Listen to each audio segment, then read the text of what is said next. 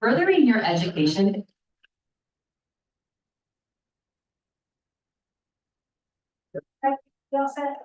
Thank you. Well, good evening, everyone. We have our COCC Board of Directors meeting. This is the last one for this 23-24 school year. And this is probably the longest agenda I've seen. Let's hope it's not that long tonight, like before 10 o'clock. It's deceiving. Okay. Huge consent agenda, We've done all the short homework. items. Good. It's all good. All right, well, we'll keep you on, we'll hope that's a promise. I'd like to read our native lands acknowledgement. The purpose is to acknowledge. Oh, sorry about this. So the purpose is to acknowledge someone to say, I see you, you are significant. The purpose of a land acknowledgement is to recognize and pay respect to the original inhabitants of a Pacific region. It is an opportunity to express gratitude and appreciation to those whose territory you exist in. COCC would like to acknowledge that the beautiful land our campuses reside on are the original homelands of the Wasco and the Warren Springs people. They ceded this land to the U.S. government in the Treaty of 1855. The Paiute people were forcibly moved to Warren Springs Indian Reservation starting in 1879. It is also important to note that the Klamath Trail ran north through the region to the Great Celilo Falls trading grounds. Descendants of these original people are thriving members of our community today, and we acknowledge and thank the original stewards of the land. So with that, roll call, please.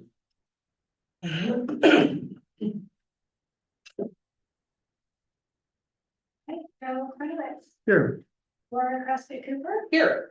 Helen Unger, Here. Erica Stepko. Here. Aaron Nurse. Here. Jenny Porter. Aaron Morgan. Here. Lori Chesley. Here. Michael Malone. Here. Laura Boney. Here. Anne Marie Hamlin. Here. Alicia Moore. Here. Zach Dooley. Here. Christy Walker. Here. Jeremy Green. Here. Karen Matthews. Here. Paul Taylor. Here.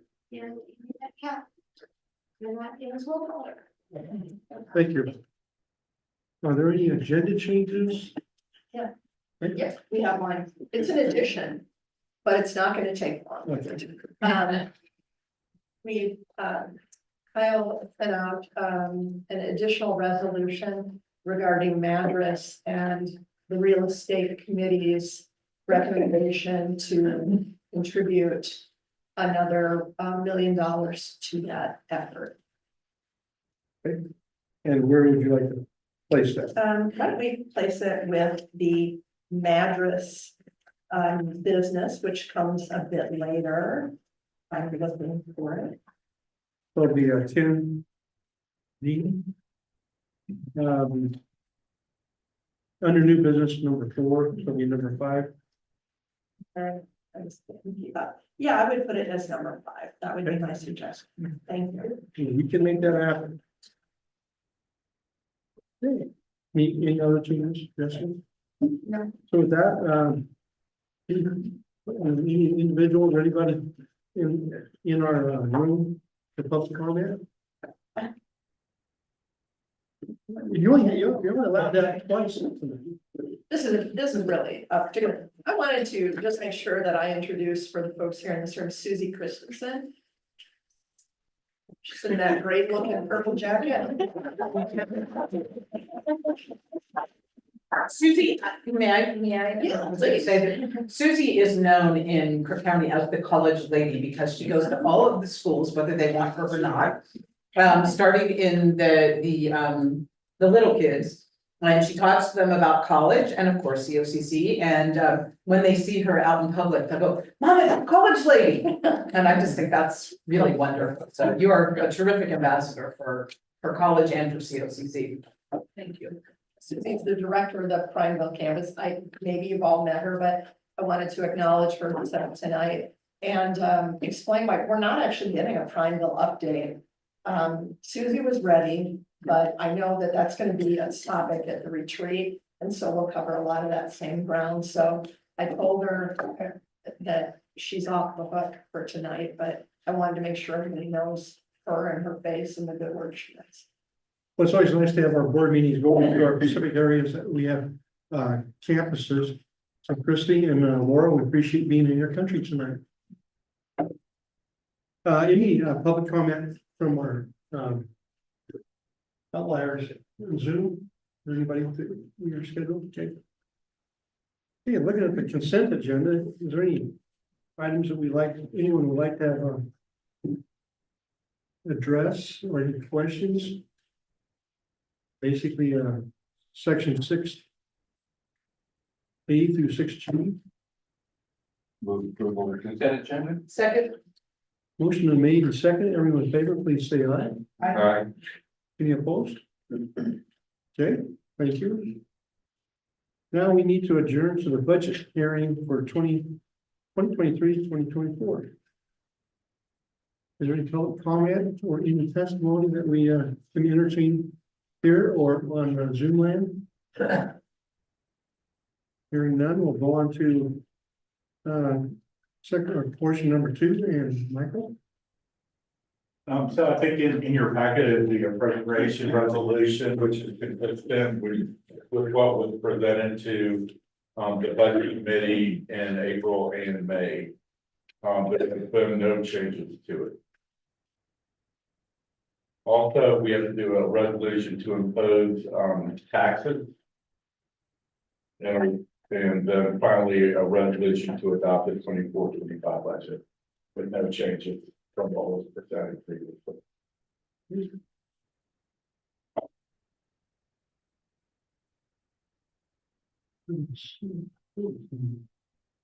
I would probably recommend that we have each resolution voted on separately. Is there any questions, or I would entertain a motion for resolution on our end of the year transfers, or excuse me, our appropriation resolution. I'll move approval. I'll second. Motion's been made and seconded. Everyone in favor, please say aye. Aye. Any opposed? Great. Then our resolution to impose or categorize taxes for 23-24. I'll make that. I'm gonna read it now. Be it resolved that Central Oregon Community College Board of Directors do hereby impose and categorize the taxes provided in the 2024-25 adopted budget at the rate of 0.6204 per thousand of assessed value of operations, and in the amount of $3,281,966 for voter approved general obligation bond debt service for fiscal year 24-25. These taxes are imposed and categorized upon the assessed value of all taxable property within the district. Motion has been made by Ellen. Thank you. Second. And second, everyone in favor, please say aye. Aye. Any opposed? Okay. Okay, and our next resolution to adopt the 24-25 budget. And we've been through the budget process starting in April, and here we are. Are there any questions in regards to what we have entertained over the last 2 months? If not, I've entertained a motion to pass the resolution to adopt 2024-25 budget. So would like to read that? They all did. Be it resolved, the Central Oregon Community College Board of Directors do hereby adopt the budget for fiscal year 2024-25 in the aggregate amount of $128,588,853, total of all funds approved by the Budget Committee on May 8th, 2024. Second. Motion made and seconded. Please say aye if you approve. Aye. Any opposed? Okay. Okay, at this point, we'll close the budget hearing and re-adjourn to open session. In regards to information items.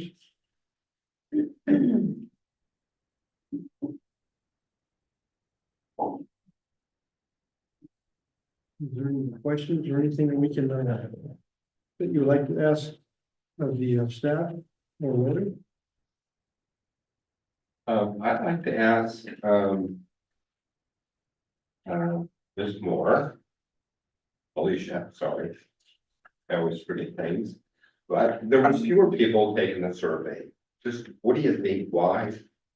On the campus climate survey? Yeah, that's in the informational stuff, right, campus climate survey. Yeah, we're gonna have a presentation as soon as, maybe after, if there's more questions on the budget status and I new hire reports, and then we'll talk specifically okay. about that too, Alan. Oh, so that's, okay, so we're just going down new hire reports and then we'll get one, thanks, okay.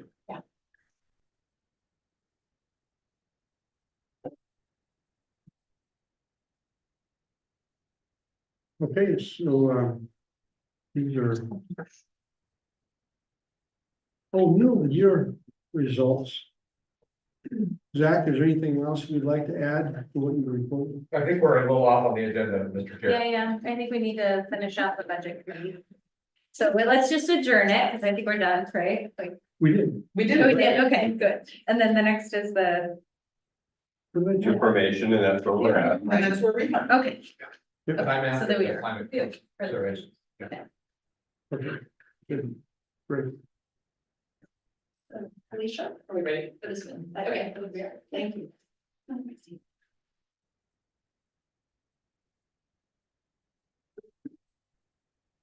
That's my Zoom abilities and crowd, so I need maybe to help Zach. Oh, well, I think everybody here has met Christy Walker, and Christy is our Director of Diversity and Inclusion, soon to be Director of, Dean of Equity and Wellbeing as we go through a reorganizational change at the start of July. We wanted to share with you some background on our student campus or college climate survey that we did in winter of 2023.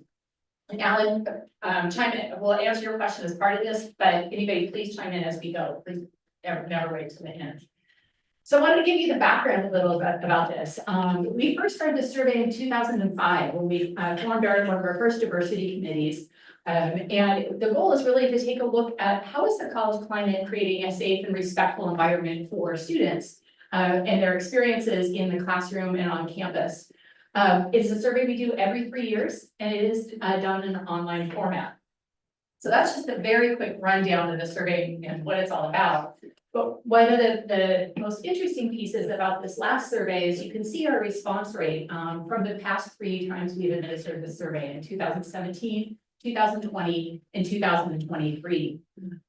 Even though they were all delivered in online modality, sent out to the full student body to respond, in 2017, we had about a 10% response rate, right? And you can see to Alan's question earlier, this last year in 2023, we only had a 2.7 response rate. This is a trend we're seeing nationally.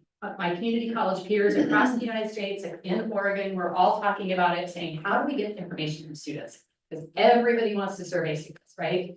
Our institutional effectiveness office and I probably get a request about once a month to blast our students with this survey. And we're really cautious on doing that. And so we try and limit it to 1 per quarter, right? And even with that, even if we incentivize surveys, we get a really low response rate. In this particular one, we had a $100 prize for, that was for anybody who responded and kind of a lottery-based system. Sorry for that, but we have it.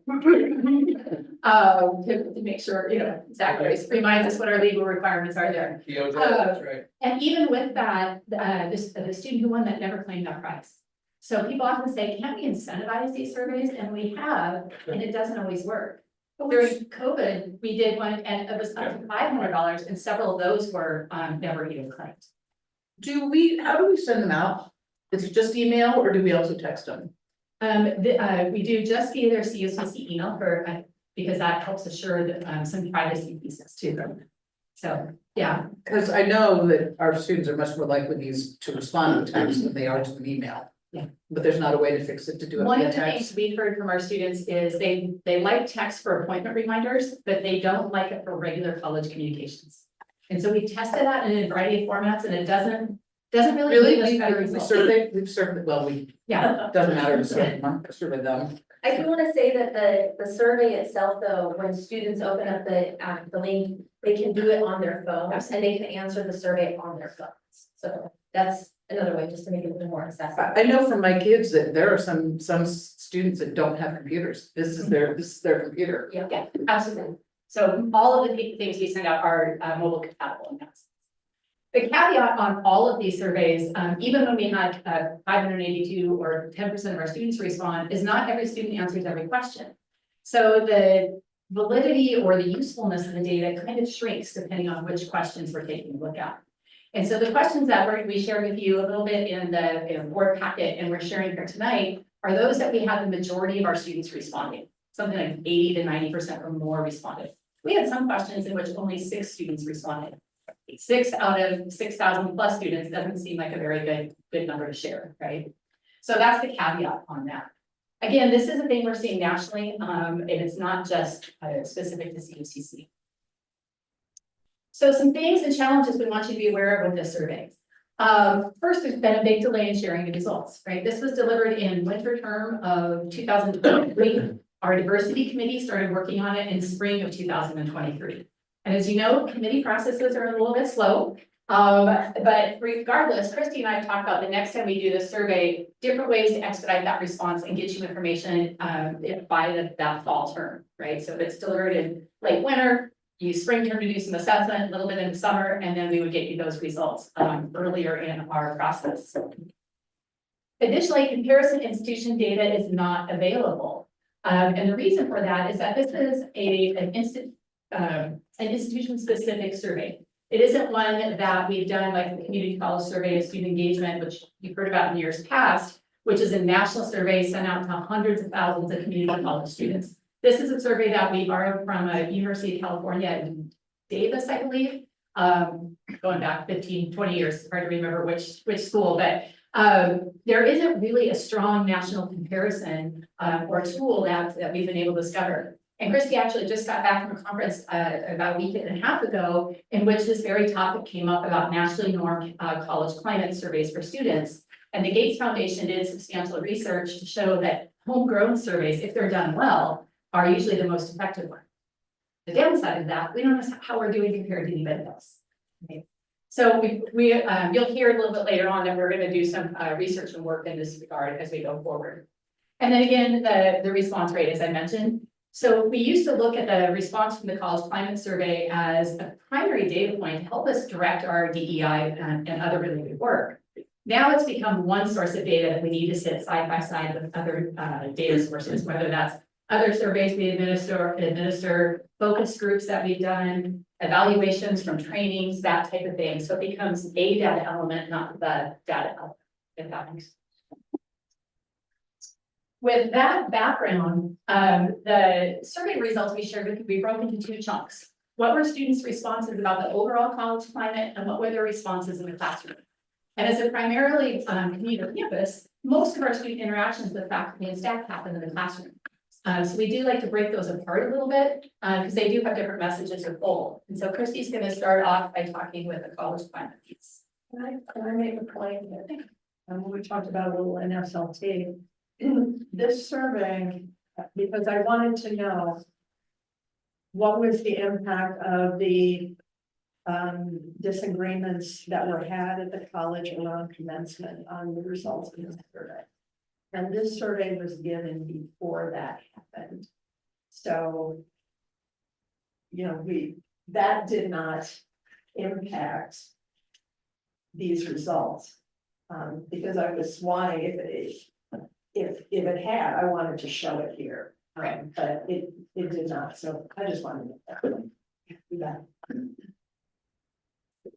So when we look at some of the results, and we're, you know, one of the things that we're gonna be looking at in the future is some of the wording to make sure that it really means what we want it to and that it's very clear to students. Because again, to Alicia's point, that some students don't respond to everything. And we want to make it easier for them to understand and also for us to understand the results.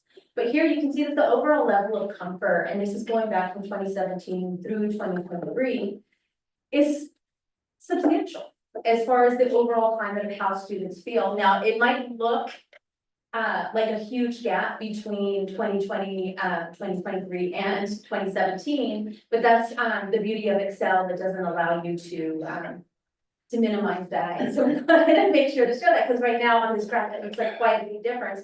But really from 79 to 84% is actually not that big of a difference of showing that overall, most students strongly agree that they have a level of comfort with the college climate. Now, going with the level of comfort, a lot of that has to do with, do students feel welcome at COCC? And we just wanted to remind you that that ties back to the presentation we did in December, talking about COCC being a welcoming place and tying back to our mission and the DEIB plan that we presented to you in the past. And so the college climate encourages free and open discussion of difficult topics. And again, you can see this is an area where we're excelling. We're doing a good job in this, but students do feel they strongly agree that they can talk about difficult issues. They can, and this, again, as you can see with the date starting from 2017, this has been consistent throughout. We've created a space where students do feel like they can speak out and speak up about issues that they're facing that they find important to them. I think this is also supported by some of the activities Christy puts together, the Chandler Visiting Scholar Program puts together, as our psychology department puts together, that really do shed light on some difficult topics and give the people the ability to ask those hard questions and really engage in hard discussions. So it's not just how do you feel about having these kind of comments, but it's also an acknowledgement of the atmosphere I think that we create and the opportunities to engage in those discussions. And then this one, I just want to make sure that you notice that it says strongly disagree or disagree about, the question is, I think harassment is a problem at COCC. And while of course, we would love for this to be 100% disagree, 78% is still a pretty strong number to show that students don't feel like this is an issue at our college. Christy, I have a question. I'm guessing that there's no way to disaggregate that data to know if, like, our LGBTQ community, for instance, feels differently from the general student body. Yeah, that's a good question, because we do ask demographics, but in order to keep it anonymous, we don't tie in who says what to what response. However, there are some questions that are related to based on specific topics, and gender identity, those topics are included. And we have a slide on that for you, Laura, towards the end too. Thank you. Yeah. The next one is, if a friend or I were harassed, I know where to get help. And again, this you'll see in our recommendations later that, 66% of students feel that they know where to go to get help. And while again, this is not a terrible number, we do recognize that this is an area where we would like to put some attention to make sure that students are aware of who they can go to, when they can go, and how. One of Christy and I were wrestling with some of the questions to include, not include. And one of the questions talks about, I know COCC's policy, or I know COCC's procedure when someone's been harassed. And, my comment was, I don't think students need to know every policy and every procedure, but they need to know where to go to ask for that help. And so that's why this one to me is a more important one to judge, and that if students have that comfort of reaching out or knowing where to get assistance. Absolutely. In fact, most students would not be able to recite the poem. And I don't know if we all will be able to recite that poem. That was a special, some people can, but I feel like either need to practice a lot or have that photographic memory, right? Exactly. And so knowing how to get help we found was more important to share. And a question from you, guys were mentioning you'll talk about demographics more towards the end, but did we see a good range of demographics taking the survey that represent our campus community? Or were we seeing majority white students, for instance, or something? I'll chime in, so I think the most recently. It was a little bit of everything. I tried to see, Erin, if there was a true pattern that would mirror our student demographics. In some situations it did, other situations it didn't. It was really unpredictable. So, an example, when we did one during COVID around housing insecurity, it was something like 70% of people that responded were female, over the age of 25, and it really was not representative of our college population. In some demographic breakdowns, this one was, and others it wasn't. So there wasn't a discernible pattern. So that's part of why we didn't include that here, because it just wasn't any telling.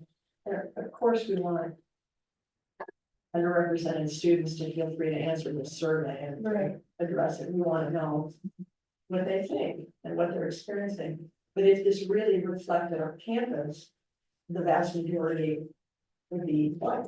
Sure. So we know how many students are, took this survey? I do just not off the top of my head. That was something I'd be really curious to know about, because I feel like we do lean a lot on this survey to help us understand whether students are feeling okay on this campus. And if we're not polling students of color, that would be a concern. But again, we used to rely on this survey a whole lot more than we do, than we are going forward. And we have other avenues too, to reach certain populations. Especially through some of the student clubs, through some of the leadership work that Christy does. And that's, so that'll be an element that we add in, but we can certainly share some demographic information if that's of interest. Yeah, we could follow. That would be great. Thank you. So in this one, you can see that, and the question's a little lengthy and we tried to figure out a way to make it shorter, but we were not able to. And so within the past 2 years, have you personally experienced any exclusionary, intimidating, offensive, hostile, and or hurtful behavior that has interfered with your ability to learn at COCC? And, this is something I think that we should be proud of, the fact that 93% of our students said no. And yes, while we don't want to see that 7% of students that said yes, it is important to highlight that 93% did say no, and that was an increase from the last. That's an amazing number.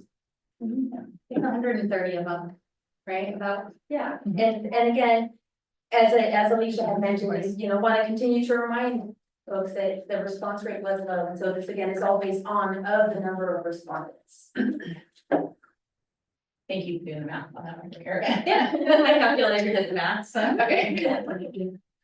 So we want to switch gears to talk about the classroom climate, and there are a bunch of questions that specifically focus on that, and that's where most of our students spend the majority of their time. And I think there's some good news to share, and I think these are some things our faculty should be proud of.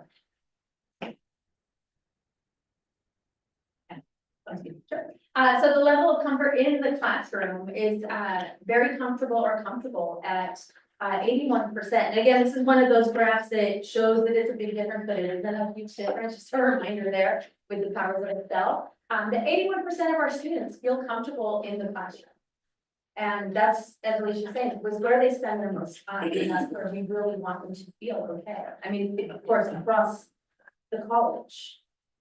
Christy, can I ask, is there any additional definition of what comfort means, or is Yes, this? that's a great question, and that's one of the things that we want to work on with the wording in the future, because at the very beginning of the survey, it defines Okay, campus climate and those things for students that are taking the survey. And so, and which is similar to what in the very beginning when we presented it. And so that's where it's a little more, yeah, I'm comfortable because the Eric AC is on. Yeah. But again, just very focused on these issues, but we can see how a student could maybe halfway through kind of forget the point and the focus. And so we really want to make sure that in the future, the wording is more appropriate.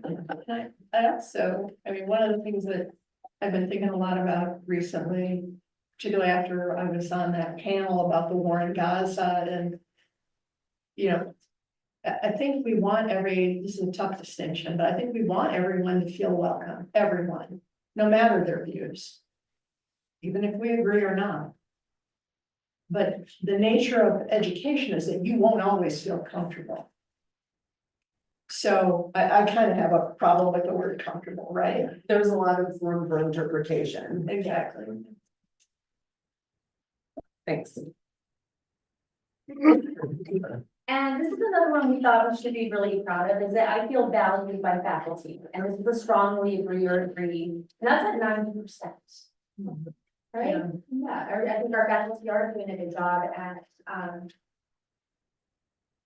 making students feel heard and seen. Of course, I'll be the first to say there's always room to improve, but 90%, it's pretty amazing.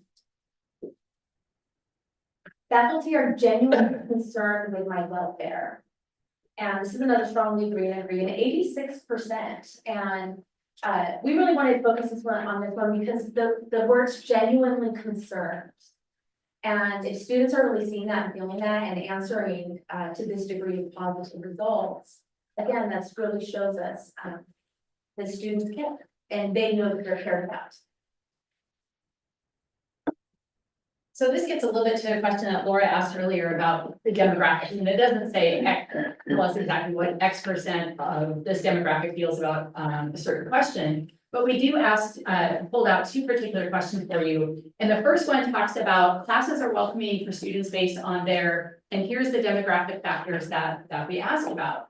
You know, there's not, when you compare from 2017 to 2020, 2023, and the columns are strongly agree or agree, strongly disagree or disagree, or unsure, there's not a lot of stuff that jumps out at me in this particular slide, other than there's some changes here, there, or the other, but there's no repeated pattern. But what's interesting is when we switch questions a little bit and say the courses I've taken at CUCC include materials, perspectives, and or experiences of people based on their fill in the blank, the number that has shifted from 2017 who are unsure up to those in 2023 who are unsure is a market difference, a really remarkable change, right? And speculation, but this is a conversation I'm having statewide with a lot of my counterparts too, is this a reflection of students who are coming right out of COVID, who spent their high school years not in a deeply interactive type of conversation? And hence, a lot of us are starting to see incident reports come forward around sexual harassment or a policy violation or an uncomfortable situation, but students aren't really sure if that really qualified, right? And I would say of the sexual harassment reports that I received this year, about 80% of those did not qualify as sexual harassment. In fact, they were pretty benign situations.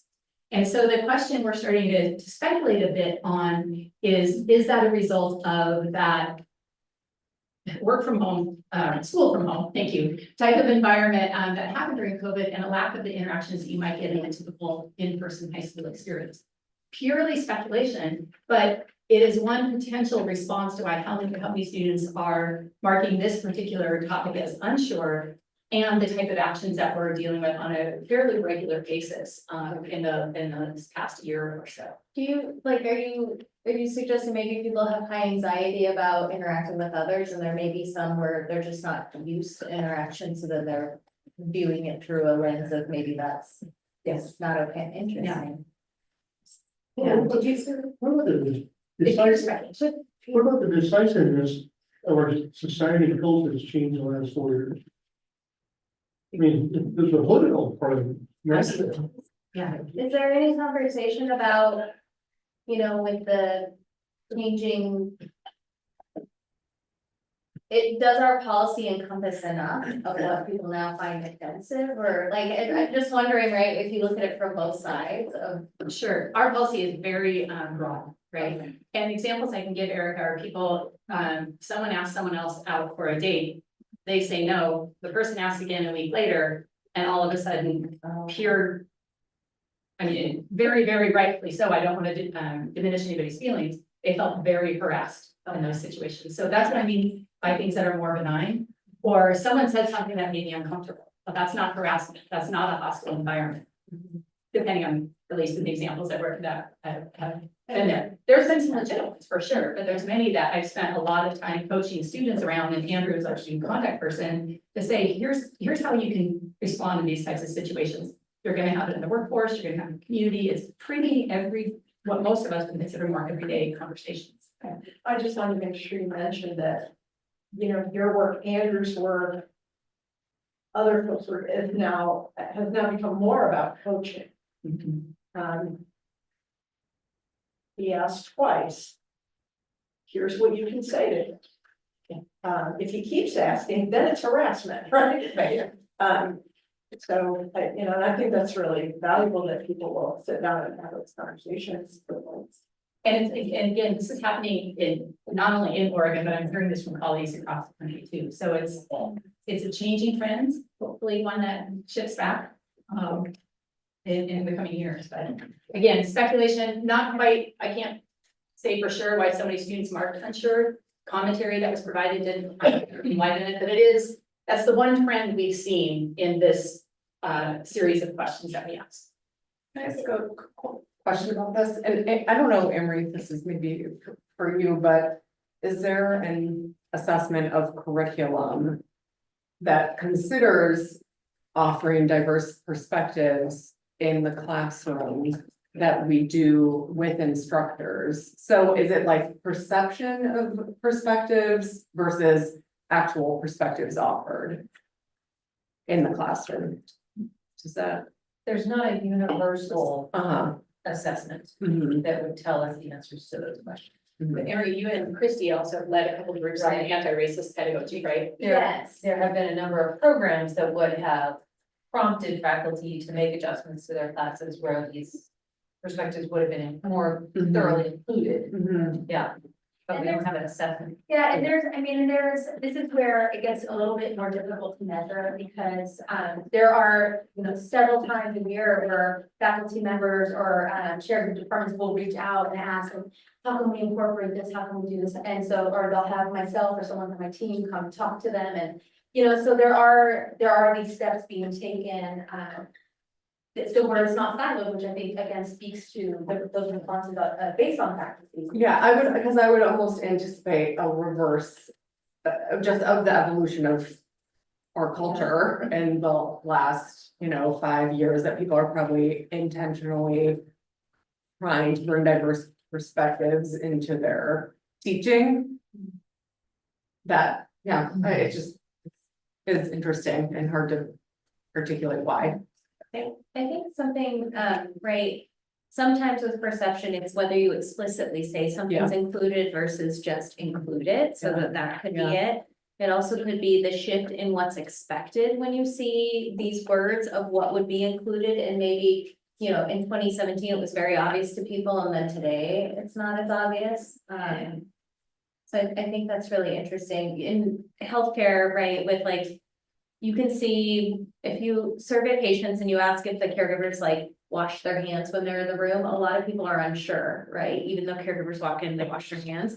So there have been like providers I've worked with to get their score up. Every time they go to wash their hands, they say, I'm washing my hands now, right? It's like very obvious because otherwise you're not paying attention. Not to say that that's why, but I think surveys are really interesting in that way of like, are people waiting to explicitly be told or they're not paying attention at all until you bring attention to it? So, some thoughts. No, I think that's a great point. And I also think that, we have to think about, when you take a survey, that's your frame of mind in that moment, right? About what's going on and what's happening. And are they thinking like, oh, well, yes, I'm included, but I don't know if my friend over here is, right? So are they taking it personally? Are they thinking about other people? So there's all these variables that we can't really account for and that unsure and say, why are you unsure? I mean, we do offer the, like an area for people to like, would you like to elaborate on your response?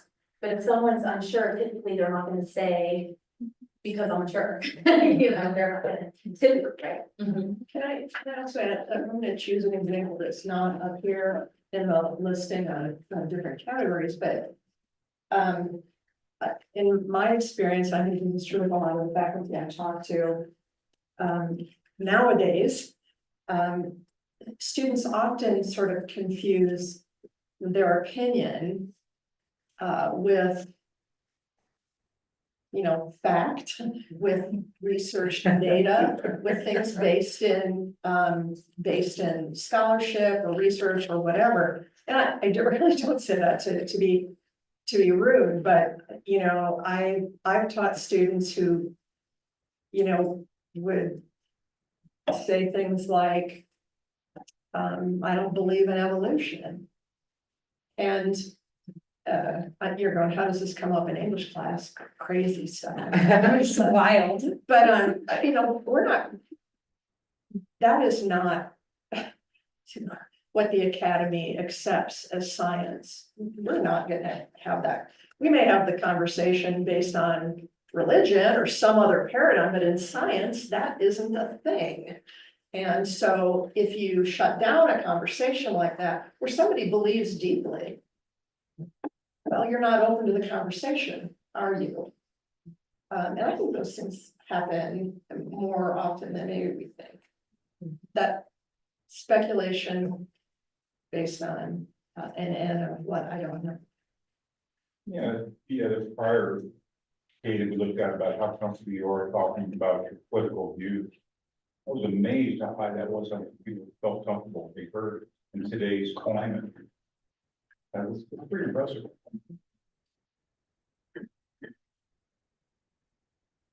All right, we're gonna switch gears into kind of a summary and where we're going next. Any other questions on the data or comments on what we've seen so far? So some observations in summary. So as we've seen that generally, the college and classroom climate is comfortable. As we have talked about, students do feel like COPC is a place to talk about different topics. And to Lori's point, those topics can range as from opinion, but I just think that I found that was a really good point, it's range from opinion, because our goal here isn't to shut down someone because they have a different opinion, it's about to make sure that they feel welcome to express that. And it's not necessarily to affirm that. Exactly, yes. Yeah. And so, again, overall, it was very positive. And students are feeling welcome, they feel a strong connection to faculty.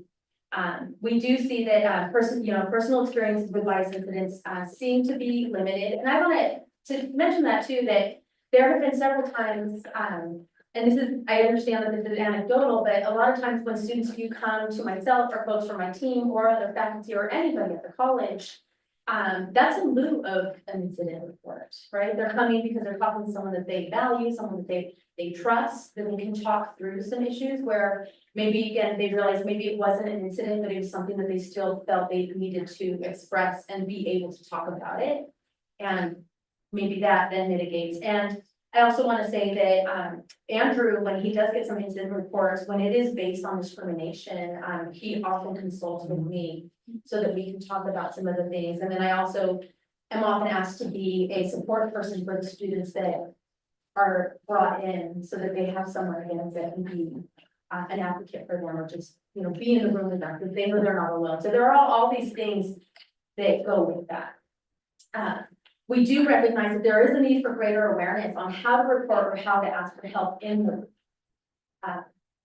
and then when the growth of numbers are unsure about what we're asking them, or even just understanding what the policy. So with that, some current and future directions, continued resources for faculty and staff, especially faculty, right? Because that's, again, where our students have the most interaction and the most connection and experiences on our campus. And so we have, holy smokes, our litany of trainings where it used to be 3 or 4 trainings that we'd offer a year. I think we're at 8 or 9 different, if not 10 different offerings. And Christy and I just today talked about another one that she's interested in pursuing. So continuing that level of support and engagement across the college. And we truly have a couple hundred employees every year who go through different variations of those trainings.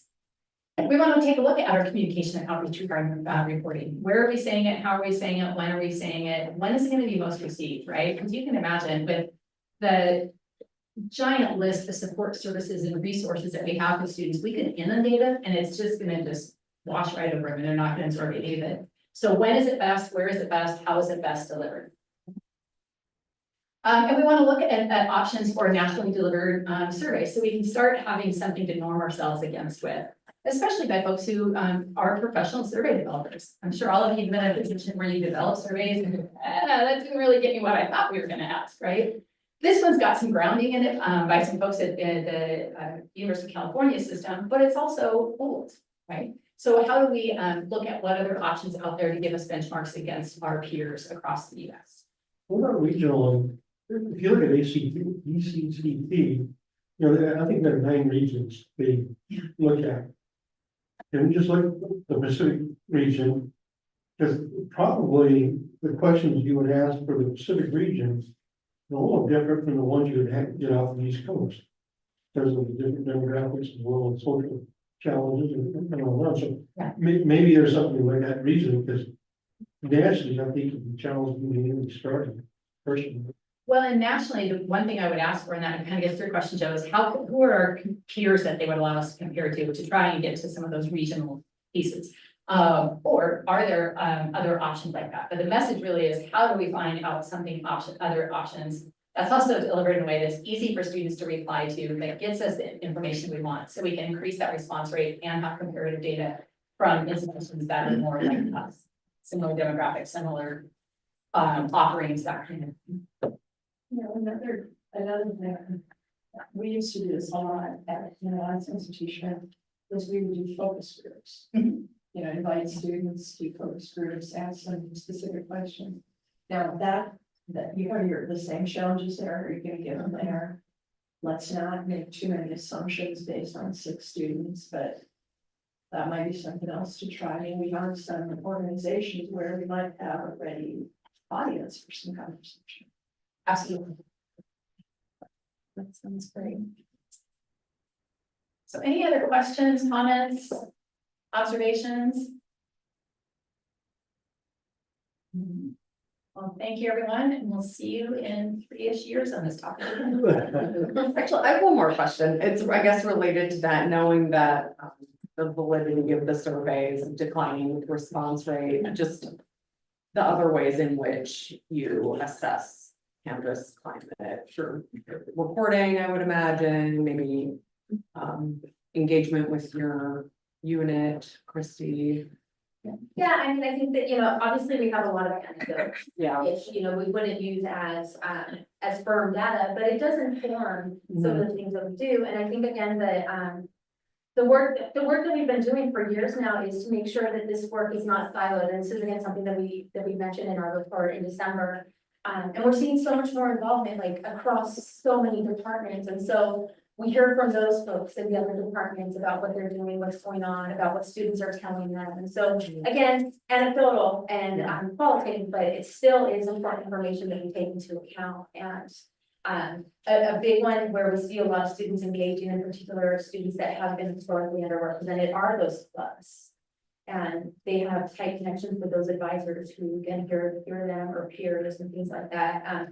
I do want to give a shout out to Jessica Giglio and the work she's doing with the cafe that's going on to support faculty, because I know that there's going to be a big focus on anti-racist pedagogy starting for next year. And so there is, again, continues to be this work, and it's the trickle effect, like the dream is working, right? Like it's not just staying within one area. We're seeing it across the college. And while the respondent rate was low, I think we can be happy to see the responses that we did get from the ones that did respond.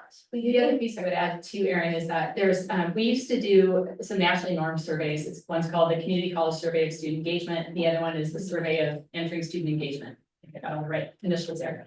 And we decided to step away from those because they're very costly, very time consuming, and they use language that's not applicable to COCC. So for example, they said something about, did you take a placement test? And we had like 6% of students who said yes. Well, we know 100% of new students have to take that in some capacity, right? And so the language just doesn't align. They talk about orientation when they need advising, and we call it advising. The University of Texas Austin administers those surveys, and they have given us full permission to use what works, what doesn't, and they have us check our own homegrown survey with their survey experts. So we're not necessarily we still want to keep the college climate survey separate from that, but there's elements of that will allow us to disaggregate the data and will allow us to ask some broader campus questions around college climate that will be helpful. And we hope to have that first launched by next spring. So that's another resource that we can do. And then the study that Alicia referenced from the conference I went to, it said that 50% of the colleges surveyed did the homegrown survey, and then the next highest was the survey that you just mentioned. And so it's still not, it's not where we want it, and so we have to figure out the best way. Thank you. We're thinking of focus groups. Would we have a project to do something like that? To host some conversations next year, starting with a couple of student groups or and we have ability to move funds, find funds. I don't know, that sounds, Michael's going, that sounds. He's like, stop talking like that. Yes, absolutely. Hire a consultant, we can do those things. They are not cost prohibitive. Yes. And the fact is that this aligns with so many aspects of our strategic plan, and there are strategic plan funds.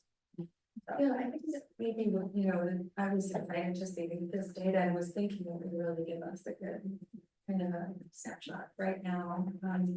But it doesn't, because it is such a low, number. I think it would be, I wonder if other board members feel like it would be helpful to have some more information or. But I think the other piece I would say, Erin, is I think we need to look at all of our different resources that could feed and replace what we used to get from this survey. And then what are the new things that we can factor in there that are missing? So we need to kind of step back and do that assessment of what's currently happening. And then add in, where is it appropriate to add in things like a focus group? When is it appropriate to do a different type of survey? Where is it appropriate to gather and value feedback from an event or training type of thing? And I wouldn't have been as strong on that had the survey numbers just consistently, this one and other ones we've done, been at 2% and 3%, and now we really are pausing in the last 6 months to say, we've got to figure out something different in terms of gathering student feedback, because our traditional norms aren't working. So here's my question, both for you and for the board. You know, we would, if we do this survey again, we do it in 3 years, but we don't want to wait 3 years, right? So would the board be interested? Do you think it's feasible for you to bring back, say, in 6 months? Here's what research is telling us about how we might best pursue a more in-depth and accurate look at this issue. For sure. Yeah, that's. I'd be very interested in that. Yeah, Mhm. I think that's reasonable with the timing of we're just ending a school year and we'll start of another school year, so I think like 6 months is, reasonable. But along with that, we need to find out how we can get the percentage of people who participate up. 4% of, Yeah, if we continue in this direction of using it, yeah. right. Yeah, we talk all the time about making decisions that are data driven Yeah. and we can't do that if we don't have good data. And I'm very sympathetic to the, you guys having difficulty, but I think we just gotta keep at it. Yeah, do you know what I think is interesting though with selection bias, right? Usually people want to take surveys when they're upset. Like you have a strong feeling one way or another, so to have such positive results, even if it is a small number of people who responded, there could be other reasons why people aren't taking, maybe they're afraid to. But it's anonymous, right? So like, Yeah, we hear a lot from student survey fatigue, yeah, right? And yet how do we still, to Laura's point, get that data and that feedback from students? Yeah. Especially on a commuter campus. yes, It's really, Yeah. really challenging. So, and again, this is a national problem, so we may not have the perfect answer. It's not just us facing this. This is truly across all aspects of higher ed. Is there any reinforcement by staff during classes that you really need to take this survey? This is your opportunity to get this feedback and make your experience better. That's one thing we need to consider going forward with this. So the previous surveys I mentioned, we did take one class section of a random sampling of classes and deliver those surveys, and the faculty gave up one 45-minute chunk of their classes. Is that, how much of that is reasonable to ask of our faculty with these? Now, if we go to this college-wide survey once a year, the next year maybe is a college climate survey, the next year we take a year off, right? We could maybe look at a pattern like that, but that's certainly conversations Anne Marie and I have had. I think the credibility that the staff has, obviously in this survey, the high level of credibility, that they would be your best individuals Yeah. to sell it. We, in my prior profession, that's what we did. We used our sergeants who have that relationship. Hey, this is your opportunity. Yeah. You know? It's a self indulgent, I gotta make sure that my job is here. So let's find out that, are we making progress and are we doing what the students need? And do they feel comfortable in here? If I don't know it and our administration doesn't know it, well, then all of a sudden we don't have growth in the college population. And we're losing credibility. And I think it'd be something we encourage to say, if it's 45 minutes, that's, to me, it's too long of a survey, that's certainly there. But dedicate 45 minutes. If you think about it, you got 9 months, 45 minutes is gonna be a good way to grab onto our students. I don't, Anne Marie could speak to attitude reactions to doing surveys in their class. I think it's encouraging it is one thing. That time is pretty precious to them.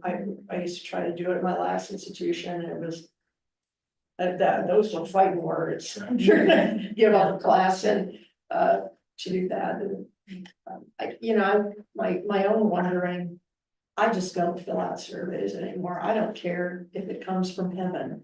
I'm not gonna. I was gonna say, there were a bunch that were like, there were like $200, $100, and I had a stack of them and I never got to any of them, for like the transportation, so, sorry, but yeah, I agree with you. Every time I see some provider of something, I get a radar service. Like, no, leave me alone. I just think we are inundated with things and it becomes hard then to pick out of that, what would really be a good one for me to do, and what would be, this is just a waste of my time. But I like your view, Jim, and I just think maybe we need to look at other ways. Oh, for sure, yeah, that's part of what that look, it's not just finding that national regional norm survey, but how, when, where, what do we ask? Because in back to your question, Erin, we have so much more ready access to data than we had even a handful of years ago, and the ability to disaggregate it, and you've all seen that a couple of times, that there's other means we can also potentially get at some of the same type of stuff. We just need to pause, given that this is not the easiest, best way to get information directly from students anymore. So, Christy, I apologize if this is what you were getting at when you talked about, staying in touch with clubs and such on campus. But the groups that I worry about are underrepresented students, because I think that traditionally, maybe there's some evidence that not necessarily on our campus, but in our country, maybe less likely to respond to surveys if they just feel it's not going to matter, nothing's going to change. And so I'm wondering if we, not a survey, but I mean communication, like I'm guessing you probably have regular communication with our affinity groups to kind of know what issues are percolating, or if there's general concerns about something going on. Is there sort of a formal communication on that kind of thing? Because I think some of those groups may be one of the best ways we can identify a problem before it's really a big problem. Yeah, I mean, you're absolutely correct, like that is how we hear from students, especially, I like speaking only for myself, I'm not quite as connected to the students as I used to be in my former role, right? But my team is, right? And so they are the advisors, or they help co-lead in some of those spaces, right? And so we rely heavily on them and their interactions. And then I also when we get invited to present, so many of our college success professors invite our team to come and speak to them and really direct contact with students, which I love because I'm able to. But it's a chance for us to share some of these things with students and kind of bust some myths around DEI where some students might not really understand what we do. And so we do have those personal connections. That way, again, that's again why the survey is imperfect, and it's a resource for us to look at, but it's not the only thing for us to look at. And so that's why we both keep mentioning it's not everything, because it isn't everything. And we really have to find what works best for our students, for our locations, and even for campus, right? What's going to work the best for everyone across the board.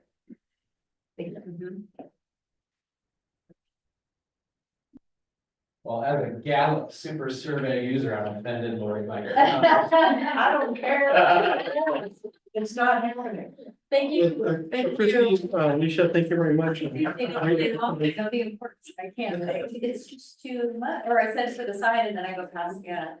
And then a gentle reminder to please, if you can, Yeah. to fill out that very, very short survey that Lori sent out to you for the time that we'll spend together at your board retreat. So I did do that survey though.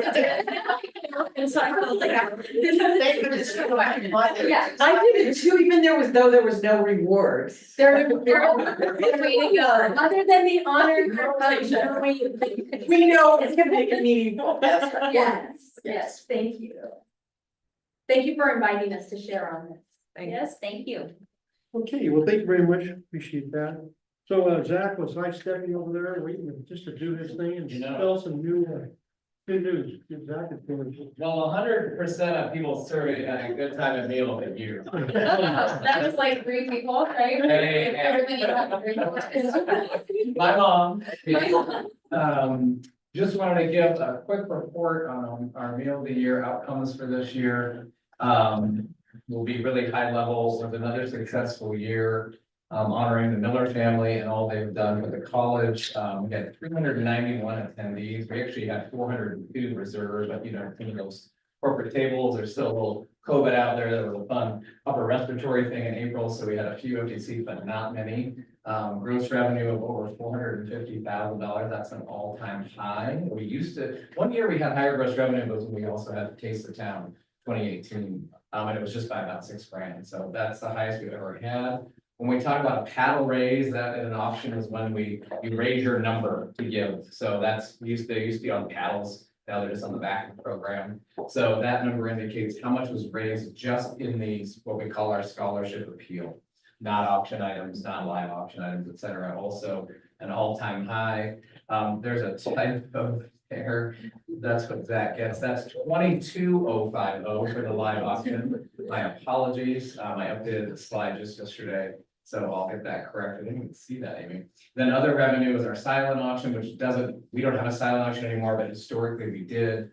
Raffles, table sales, our spin the wheel, bar and tips was about 72,000. Again, the live auction, it kind of fluctuates. Live auctions, just candidly, trips aren't doing as well, experiences are. We've already made a plan to kind of change our live auction for next year. We're gonna do 5 items, sneak preview here, spoiler alert, we're gonna do 5 items and they're all gonna have a tie to academic programs. So one of them will be hopefully bringing back a CCI, Laura Kraska Cooper Chef's Door experience. One will be a fire pit made by our manufacturing students, and we're wondering if we can get them to finish it on the stage, but they will, so working on that. Aviation simulation, forestry also, so we're gonna bring back the live auction, but it's gonna be all tied to experiences with our students in our program. So anyway, a really good. Our side chatter. Our folks on Zoom can't hear the side chatter, so just being a Zoomer. So again, really great numbers and really just a positive experience for our community. Please remember this all goes into our scholarship program.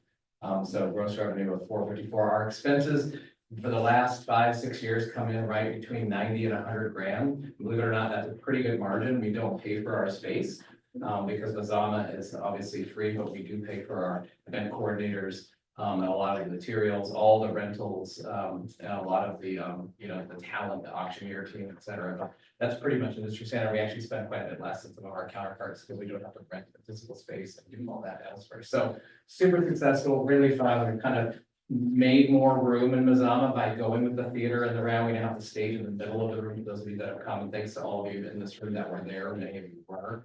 So we can actually fit in a few more people and not have them all the way in the back. There's really not a bad table now when you have the stage in the center. So bigger screens make that good too. So happy to answer any questions again. So that live auction number, if we do our math, I think it's 22,050, might be 25,050, but I changed the formatting, messed it up. So, questions? Is this the most that you've ever raised? Yeah. Yeah. It is, but I'll tell you just a little side of that, not to pour cold water on it, but scholarships are more than they were 10 years ago. So when we asked donors to give 3,200 when I started for a scholarship, we now ask for 5.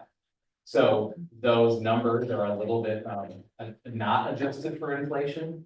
But at the end of the day, it's all going right into the program. We try to raise about $950,000 a year for our budget this year for scholarships. So to get at about 350, 360 net is really a great. And it was a successful event too. We had a good time. Thank you. Thank you, Zach. Yes, please. Happy to. I just want to say it was a terrific event and you and the folks you work with did an amazing job. There are so many threads to pull together and things that go on behind the scene. And you just make it look really effortless and beautiful. And also, I don't know how you did it, but I got a thank you note from Millers. And so I am pretty certain I'm not the only one. What a classy thing. Thank you. Yeah, we thank you, the team. Everything we do as a team, from every registration that comes in and every gluten-free request to the lighting. So there are a lot of people behind the scenes. Imagine a wedding of 400 people.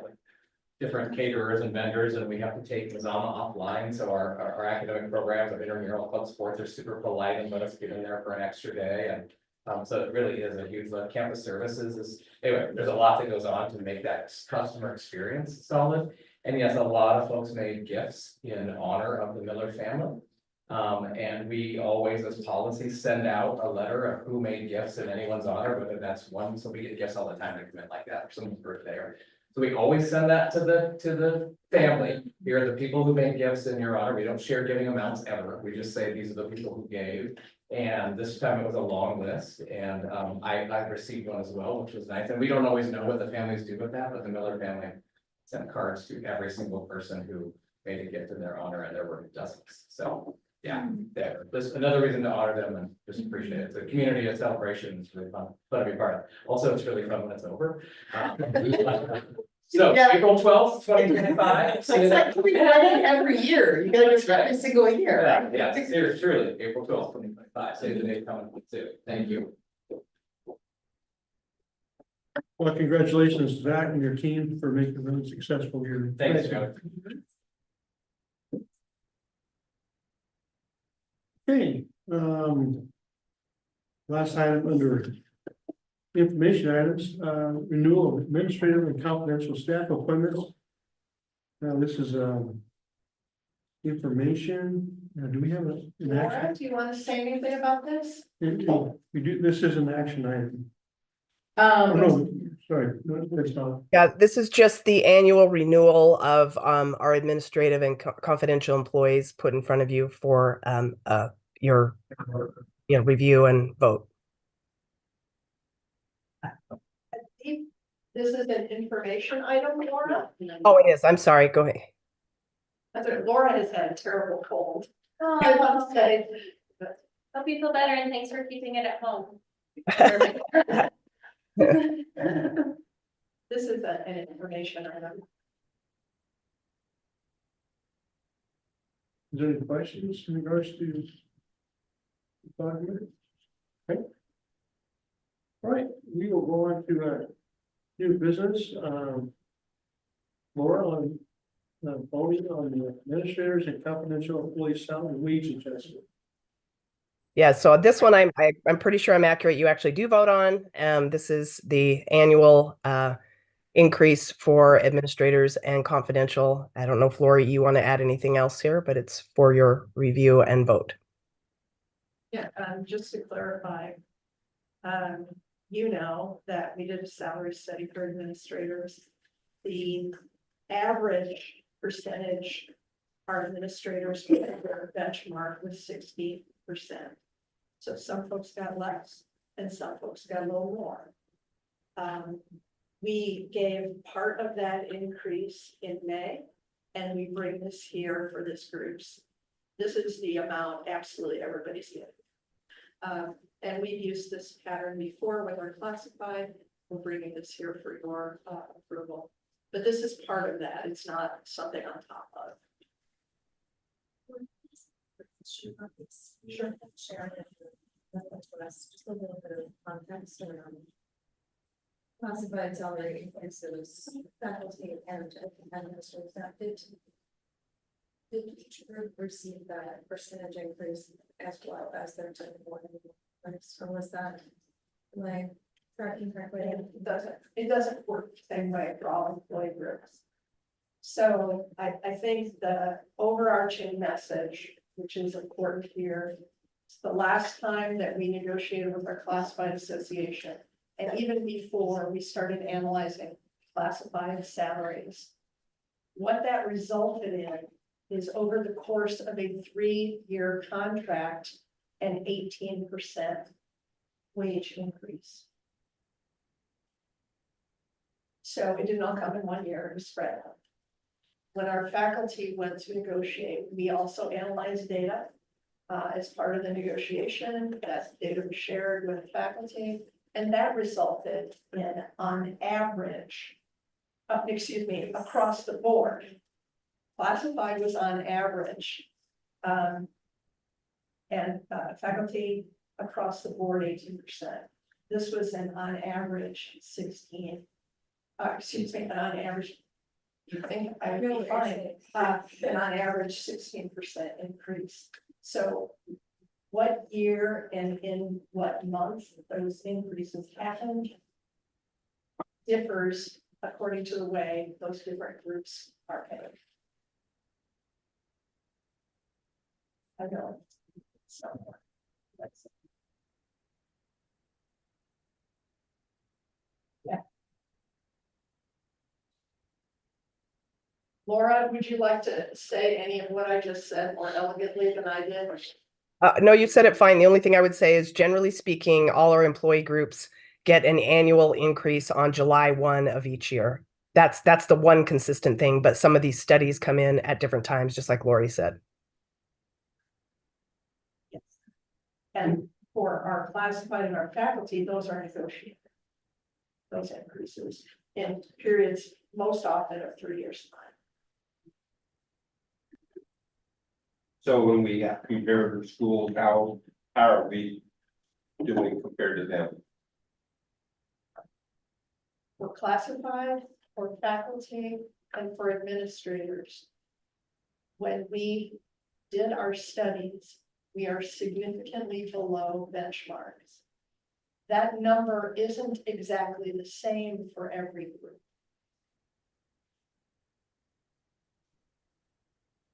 Our classified were a little closer to benchmarks than the other two groups. Of course, we don't benchmark with, we benchmark with like groups. With classified, we had a different group of mostly local organizations that we benchmark because that's what we're competing with. When we look at faculty, we primarily look at the state of Oregon. Laura, I'm not sure if you want to add any others. Groups, but we look a little bit more broadly because that's who we're competing with. And we look at community colleges because that's who we're competing with. For administrators, depending on the type of administrator, the competition can vary. So for some administrative positions, IT positions, fiscal positions, we compete locally and more broadly. And so we looked at local and more broad. And the biggest differences were in areas like that. For people, well, I wasn't obviously a part of the study, but when we look at folks like deans, we're looking at other Oregon community colleges because there's OSU Cascades, they employ deans. But that's a very different position and qualification. So we're looking at state of Oregon. So as Ellen, I'm sure you'll remember, 3 years ago, when we started with our classified, I said, you know, we're really hurting with our hiring and retention. And this was a particularly bad time for the economy and with COVID, and we were struggling. And I said to the board, I want to make this a priority over the next 3 years. And each year you said, go for it. I also believe in data-informed decisions. And so what I have always tried to make clear to all employees, although I understand that people don't always hear me, is that the amount of increase at various times and for various groups and for various positions is not always going to be the same. It is because the benchmarks aren't the same. Because I'm happy to say for all our good IT people, you're a big deal if you're in the IT field and you can command a pretty nice salary most places. Some other positions, not so much. And that doesn't mean we don't value all of our employees as people. It means that the market is such that the salaries aren't equal. And so, as you might imagine, sometimes those differences result in dissatisfaction. And I think, though I cannot speak to it with 100% assurance, I think that we used to tend to give everybody the same thing. And I get why that happens, and I'm not gonna say that I'm not aware that the numbers can't be wildly different, because I am aware of that. But we need to try our best, knowing it's imperfect, to make data-informed decisions based on, what the market says. So that's a long way of saying it's been a long process. I believe the college did what it said it was going to do. I think the vast majority of folks are really pretty happy and feel like they've been heard. And some folks aren't. Good job. Did I babble too much there? No. That was a long answer to a short question. I mean, the answer is it's just different, but pretty universally, we were behind. No, I think you did a good job, and I think, yes, we were challenged and we needed to step up, and we did, and sometimes it's hard to step up and get equity there, for everybody, but you did your best, so I'm happy, good job. Yeah, we always talk about COVID and, hiring is hard and change. I've never heard anything from my team or this board that indicated we don't want to pay people the best salary we can. I haven't. I have no desire to do that. I know you have no desire to do that. We want to do the best we can. Not just because we get better people then, we get a high quality pool and we can keep them, because it's the right thing to do. And I take that very seriously. I know all the good folks in HR who got to work on these studies, they take that really seriously. And, those aren't easy decisions. And thank you, Laura, for all that you've done in this regard. Thank you. Yeah, it's complicated, you get all the points, I mean, there's so many data points in there, and it's tough. And long, you've got a good process in place to do it, I mean, you do have to value. And have IT people in instability disperse the entire organization. You're right on this. I say this, and sometimes folks don't like it, but I've said it, I'm gonna say, this kind of studies, these wages, there are science, but they're also an art. Because there's not a one perfect way to do it. So you do the best you can with what you have. And again, just due to the very nature of different kinds of employees, not every study looks the same. So thanks for listening. Any other questions or comments? So this is an action item. Yes, it is. I will entertain a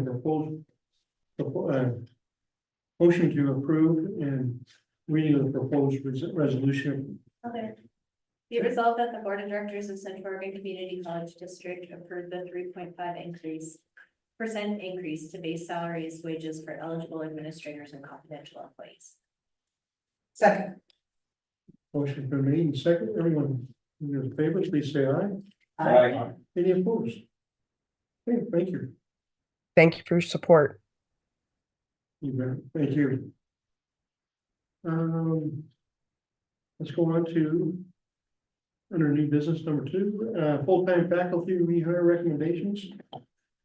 And We have presented to you a list of full-time faculty who have been through all appropriate evaluations and who are performing satisfactorily. We are requesting to rehire them. I had a question. I didn't know this was us who approves this as much as the floor approves it and we see it when we go, yep, we understand as an information line. I've just forgotten if we voted on it in the past, like that. I believe we have, it's, lots of documents come before this board every year, and you've been on the board a few years, I haven't now a few. We very often go back to the year before and check to make sure we're right. So we believe this has to come here. Okay. We do the tenure promotion, the rehires, but we see the new hires in the consent agenda, so maybe that's where. Okay, go ahead. Be it resolved that the Central Oregon Community College Board of Directors approve the rehires recommended below. Second. Motion's been made and seconded. Everyone in favor, please say aye. Aye. Any opposed? Okay. We're on to the guaranteed maximum price for the Madras campus expansion. And this is not a short report, folks. Depends on. Depends. I've never been called taller, Jeremy. So this project has been going on for a long time. I think we've really gotten down to the final, that's the board can say, yes, let's feel a lot more comfortable with where things have been going. I know that Jeremy is our lead on this. Thank you very much, Jeremy. I'm glad that you're all on board to take care of our Madras expansion project. It's been coming on for about 15 years. And it's one of those things, one of the things that we do at our college and we try to keep in focus is that our commitments to outlying areas, as well as let's make sure that what we do with what assets we do have, regardless if it's in staff, college equipment, or for that matter, the buildings and the campuses, that we are doggone good at what we're doing before we take on any other projects that we seem to stretch our staff on initiatives. And I think it's we stay fairly focused on this. And I certainly appreciate it from being a representative of Jefferson County. It's going to be a great asset. But we're going to be doggone good at what we do before we start on some other projects. Thank you. Thank you, Joe, for that intro to the project. As Joe mentioned right in the beginning, this is a project that has been going on for years at this point. Not only at the community assessment level for more than 5 years, but we've been in direct conversations with program partners, with academic departments, with all of the various departments of the college in the design of this building and the programs that will be housed in the building. I'm pretty in-depth for just over 2 years at this point. I was reminded driving in tonight that a year ago at this meeting, we were working on a resolution to move the irrigation rights off the property the Bean Foundation had given us as one step in the process of this project. And so there's been a lot of parts and pieces with a lot of people who have touched this project to get to where we are tonight.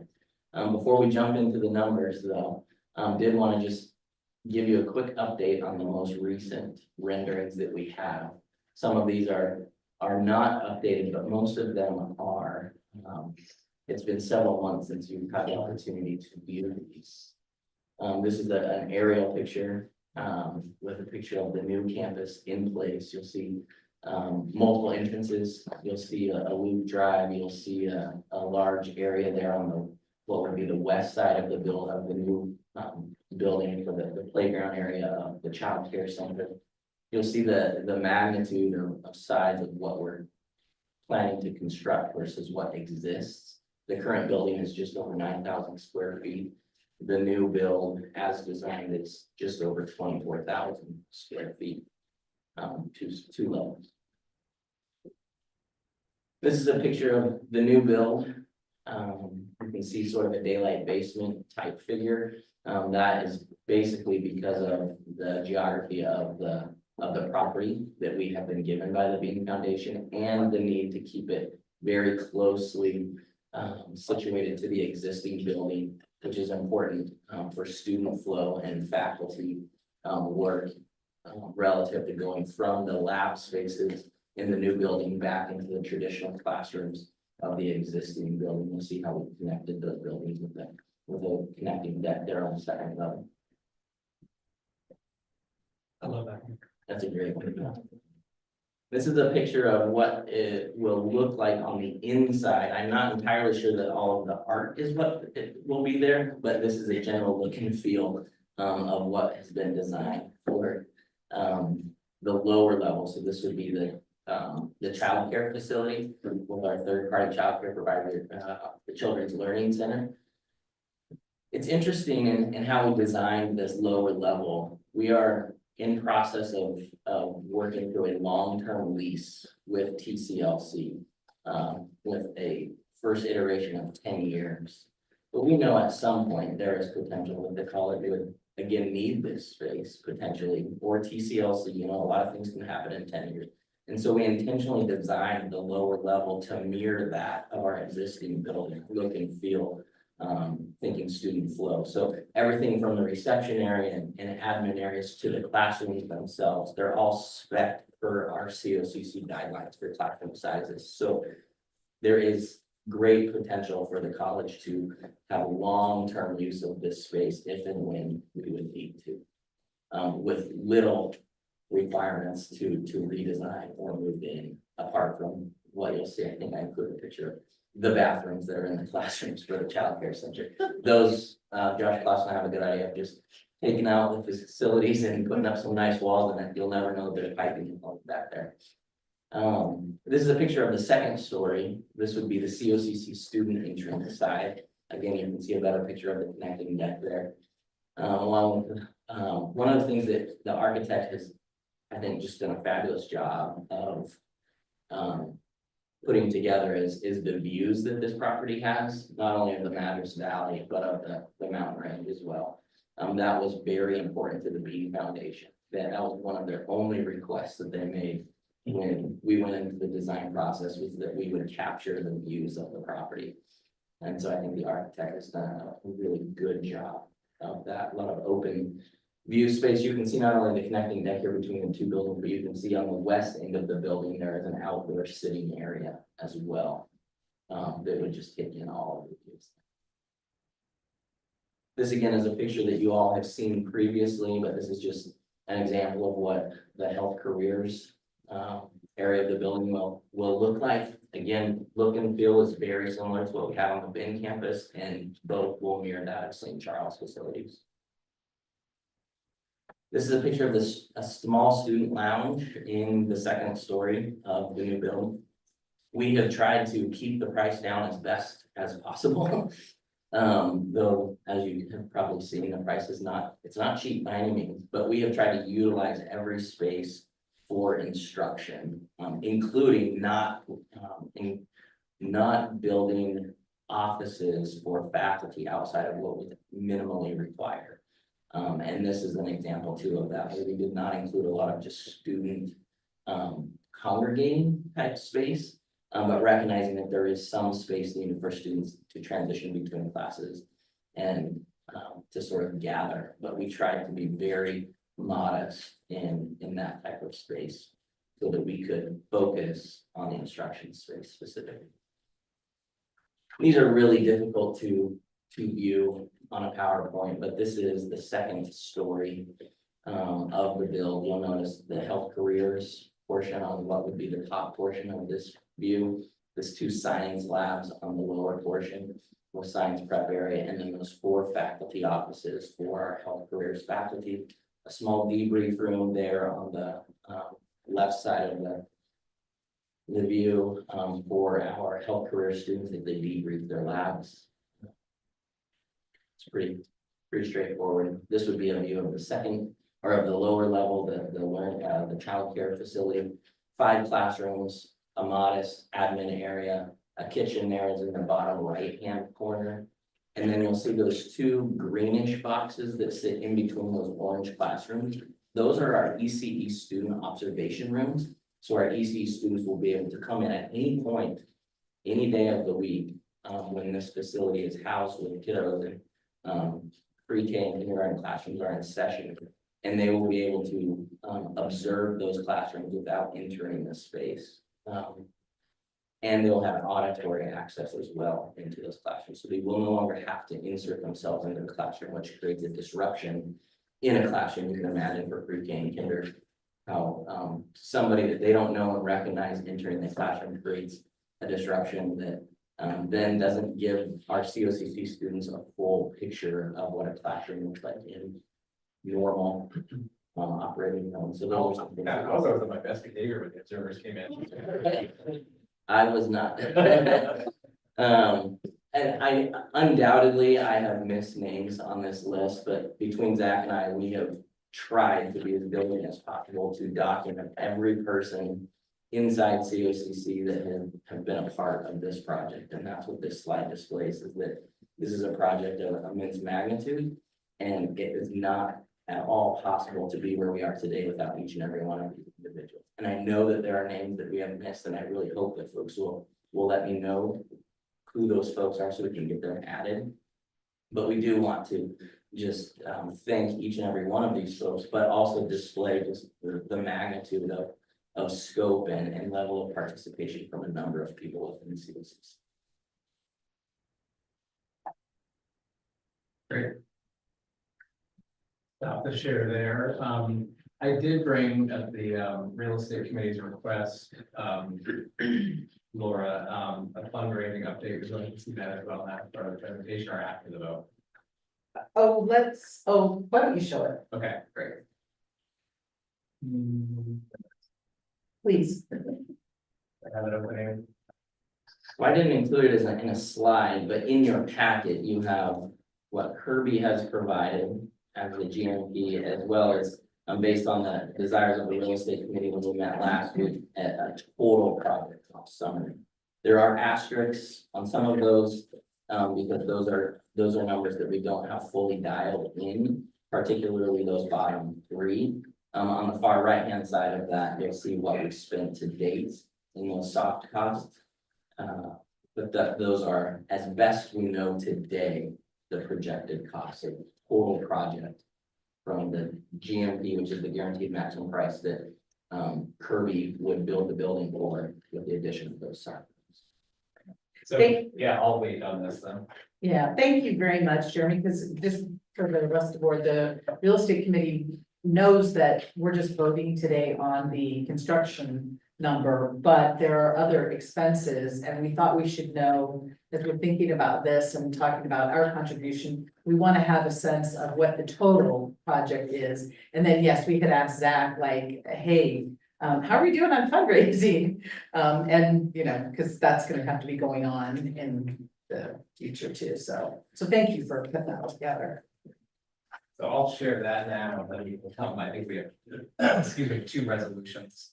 But this is. Pardon me.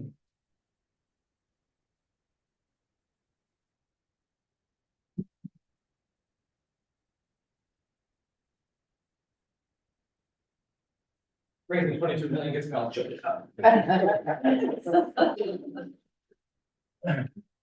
here we go, the June 2024 update, and remember, this is not a zero-based budget.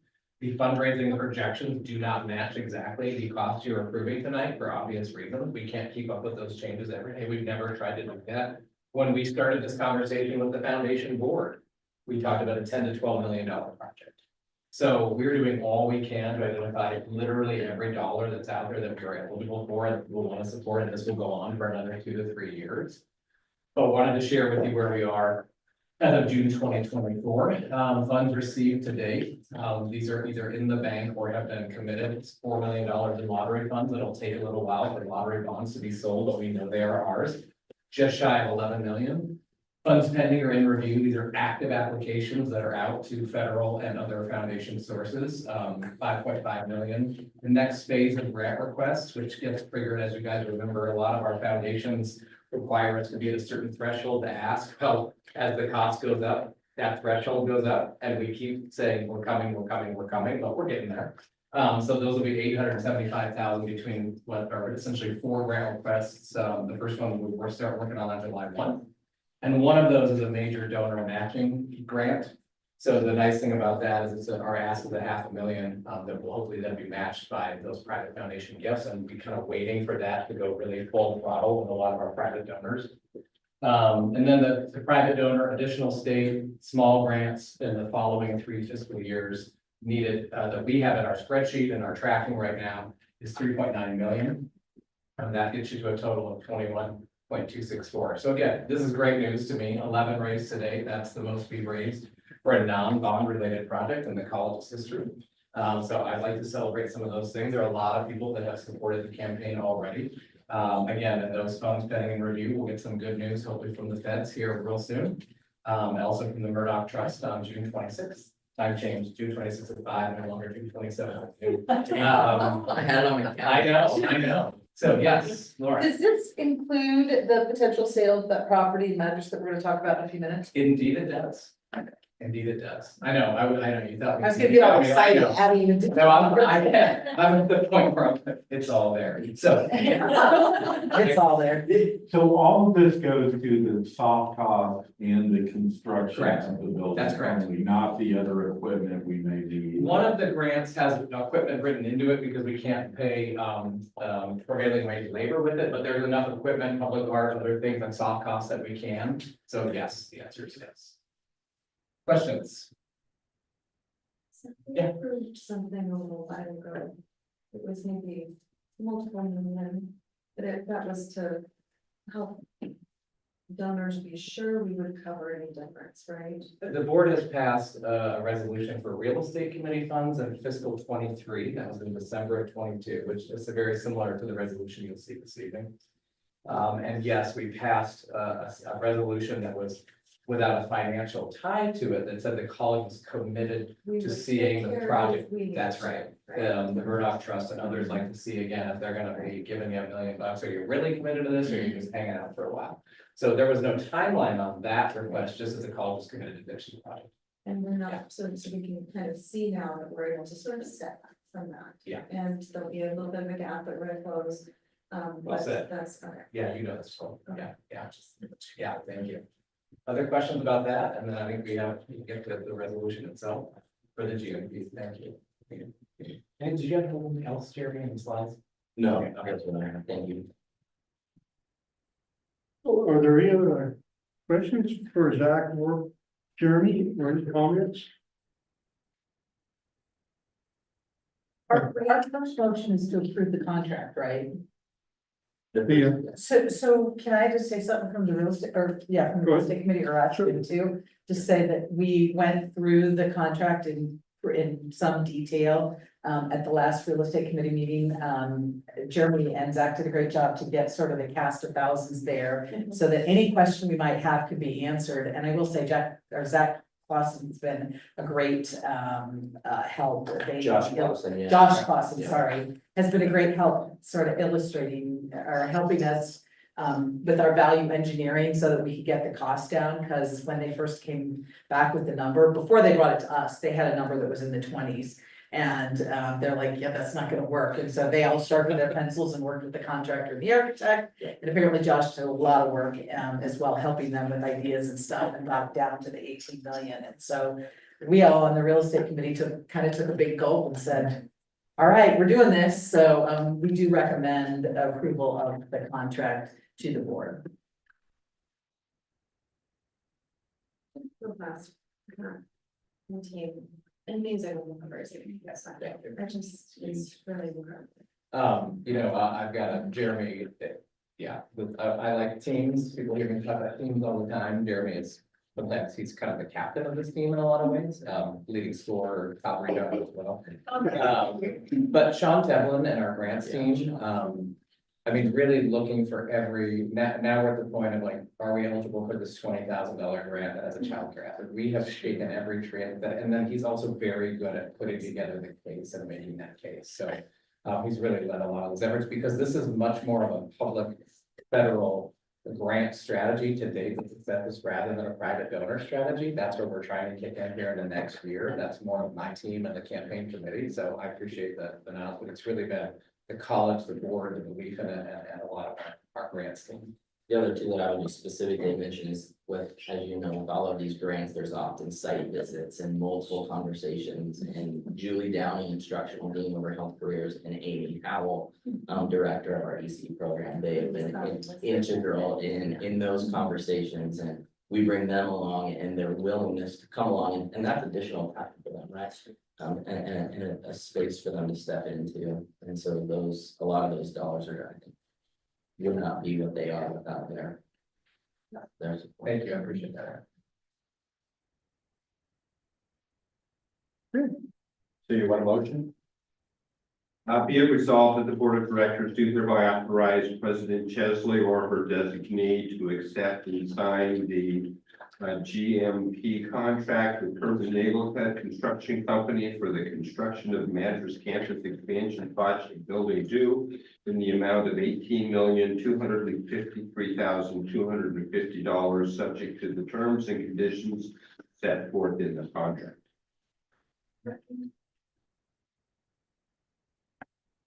The motion to be, and you said, wait a second. Okay, thanks, Eric, appreciate that. Any other comments, questions? Hearing none, everyone in favor of, passing this resolution, please say aye. Aye. Any opposed? Good job. I would, Thank you, gentlemen. now that that is beyond this, I would invite you all on Monday, as in this next Monday at 10 a.m. We will be doing formal groundbreaking on the site in Madras. There's a lot of folks lined up to receive texts from me tonight so that we can move in that direction. Our Kirby team is one of them, but they will be on site and ready to begin moving dirt. And just a reminder, this is a non-public event, it's a prep event for board, there'll be some foundation board members there too, so we will be doing, trust me, there'll be all kinds of fun there. When we do other things and have the first brick and cut the ribbon, but this is for the construction team, our county commissioners, our board, you guys, and a media release, so love to see you there. Of course, I'll be here. Good to know it. And I would also like to remind you that you can now adopt a brick for the community brick garden. You can go to the COCC Foundation website. You can adopt 5, you can do 20. We love to see 100% participation in fundraising from the foundation board and the college board. But a brick's an easy way to do that. And you can put it in the name of a pet, a friend, your grandma, etc. So it's gonna be a really cool element. And now we've got a very easy way to do it on the foundation website. You just click the campaign button. There's a little drop down, you can fill out a form right there. So we're starting to sell more of those. So that's fun. Just a fun way to get people involved and kind of have a stake in the project for decades, hopefully longer. So. There are the bricks outside of the Redmond hospital, like in that area, and there's one that's from a beautiful lady with a smile. Yeah. I That's all. was like, I don't know, maybe smiled the other day when I was walking by, because a lot of people put their names, Yeah. but like, I was like, oh, you could Yeah. put, anything could brighten someone's day or make them think. Yeah, it's just fun for people to feel like they can be included. Thank you, guys. I know we kind of put you through the paces on the real estate committee, so. Part of the work, Appreciate it. we, listen, when you're trying to raise that money, we wanted to put ourselves through the paces. Because it's, trust me. So how's the Murdoch one going together? Is it, or, That's the one where their trustees, we just got a note from Dr. Lee last Yeah. week, their trustees are now, we're in that queue to be reviewed. okay, And I think their meeting is, very soon, and they'll be letting us know on the 26th. that had to be a stack of pages. It's a big one. It's a big one. I would say that grant writing is a bit of an art. There's also some science. But at the end of the day, the case we're making for why this project is such a good project for the community, for our district, for our students. The response of our grantors that we've asked has been really, our batting average, if you will, is high. Basketball metaphor, baseball, try to throw in hockey and football. It's kind of high, and I think it's because it's the right project. The cost is frustrating for all of us, because it's just, again, when we scoped this out 2 years ago, and went to the foundation board, we were talking about 10 to 12 million, will we be there? So, but that doesn't change our resolve that this is still the right project, and our funders have stayed with us. That was quite a meeting with the Murdoch. Yeah. I figured we'd have an hour of questions. Well, I tell you what, they drilled, not so much our participants, but it was the Jeremy, and basically our administrative staff. And they really drilled into a lot of questions, and our staff either had an answer because they are involved, or they said, we don't know, but we will find out. And of course, the Murdoch folks say, we understand you may not know what the answers are, but get back to us whatever June 10th or whatever it was. But I'm sure that June 10th flew very, very fast for you guys. Once again, thanks a lot. Thank you. Yes, Dr. Lee is calling at 4 o'clock on Wednesday, June 26th. Yes. And he has 3 phone numbers, and he's going through them until he gets somebody. Yes. We'll make sure he gets the first one. Yeah. And if we get partial or no funding, we'll go back to other funders, and we have a plan, so. That would be disappointing, but it's a possibility. You don't ask the question unless you want to That's right. accept the answers, so, good.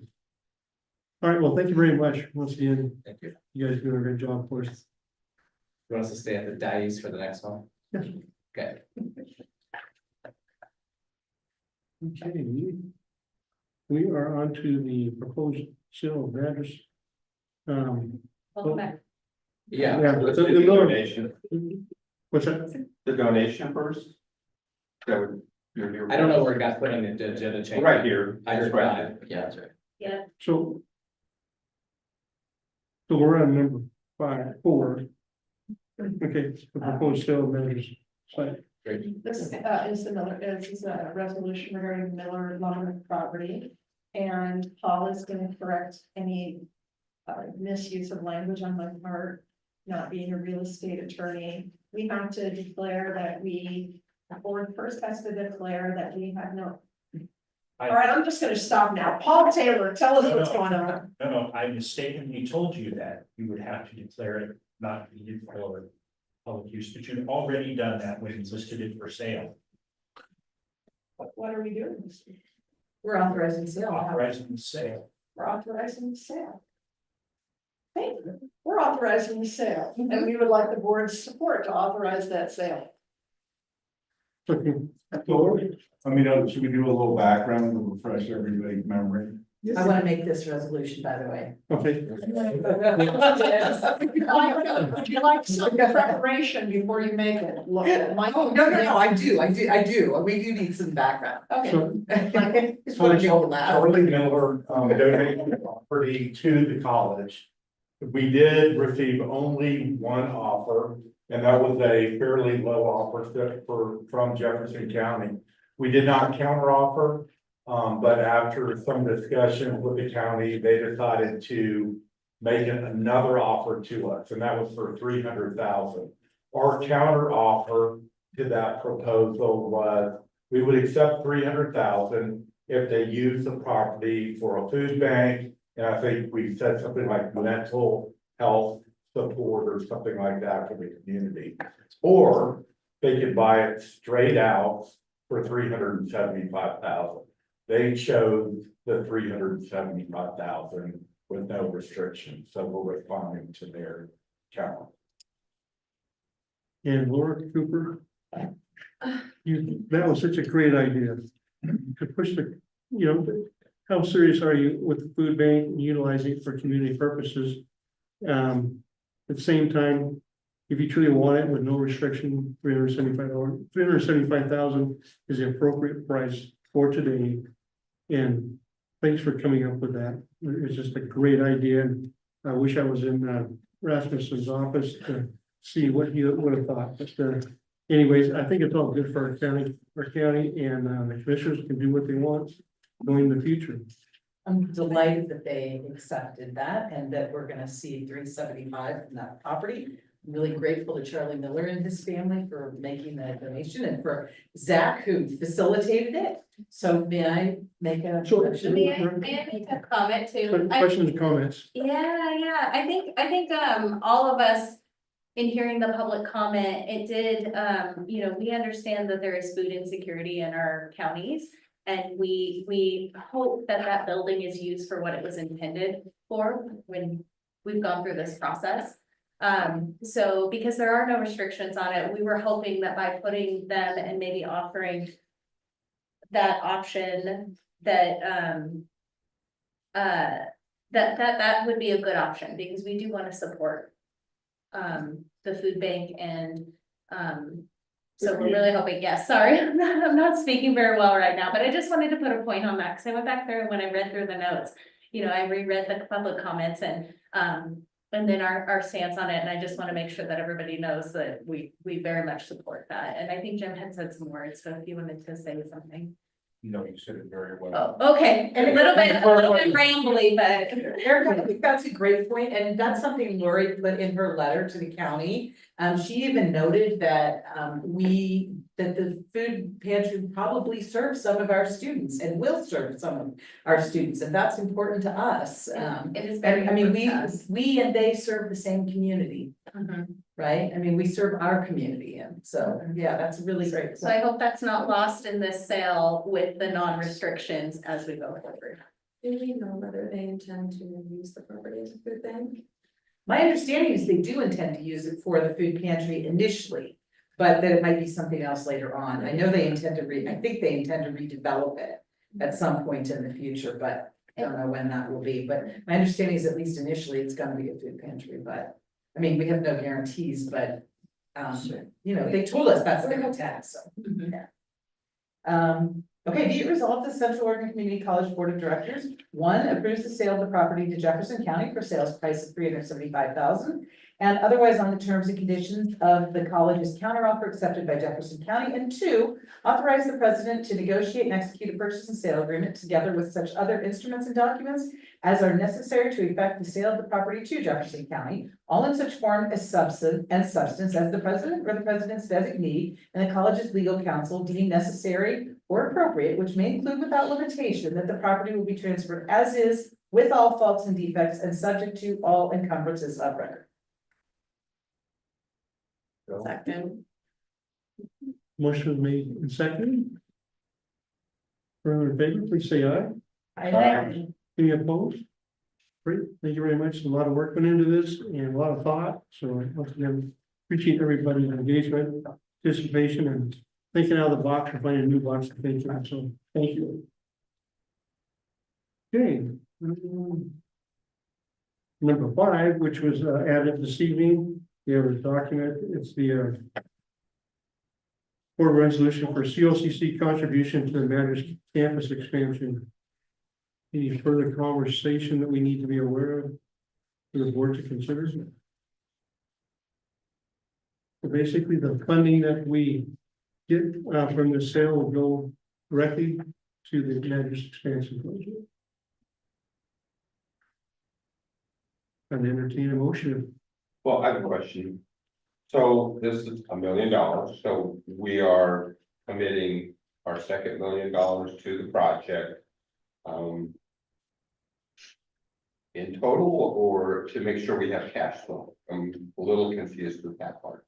So we talked about it in this real estate committee a little bit with Jeremy and Zach, and the idea was that we have talked about the fact that we may put more money in the last time when we contributed $1 million. And now that the price has gone up dramatically, this will put us in a better position. If we do it now, it will put us in a better position fundraising, because now, you know, if you say we had this percentage of the, you know, we agreed to fund this percentage, and now it's a much lower percentage because the cost has gone up. So this is gonna help with the fundraising efforts. And, you know, we have talked about, we're probably gonna contribute additional funds. We just didn't want to do it all at once because we got to be careful about where our funds go for other things and not getting ourselves off our budget or anything like that. But given that we do have some funds in the real estate fund, we have money in the real estate fund, we thought it was probably a good time to do this. And so that was our thinking. Okay. And we're putting money into capital projects for education. Exactly. Yeah. I'll do a motion. Be it resolved that Central Oregon Community College Board of Directors hereby approves the commitment of $1 million from the real estate proceeds to the construction of the new back facility in Madras. Second. Motion's been made and seconded. Everyone in favor, please say aye. Aye. Any opposed? Okay, Thank you all. you bet, thank you. And make sure you thank all the people supporting both yourself and staff, administration, for the project. Okay, on to board director of operations. Eric, let's start off with you. Yeah. Okay, so on May 17th, I got to go to the Health Careers Expo for a little bit, and I got to experience the EMS presentation, vet tech. Well, we got to play with the little fake dog legs, it was fun, and then the dental assistant. But that was fantastic.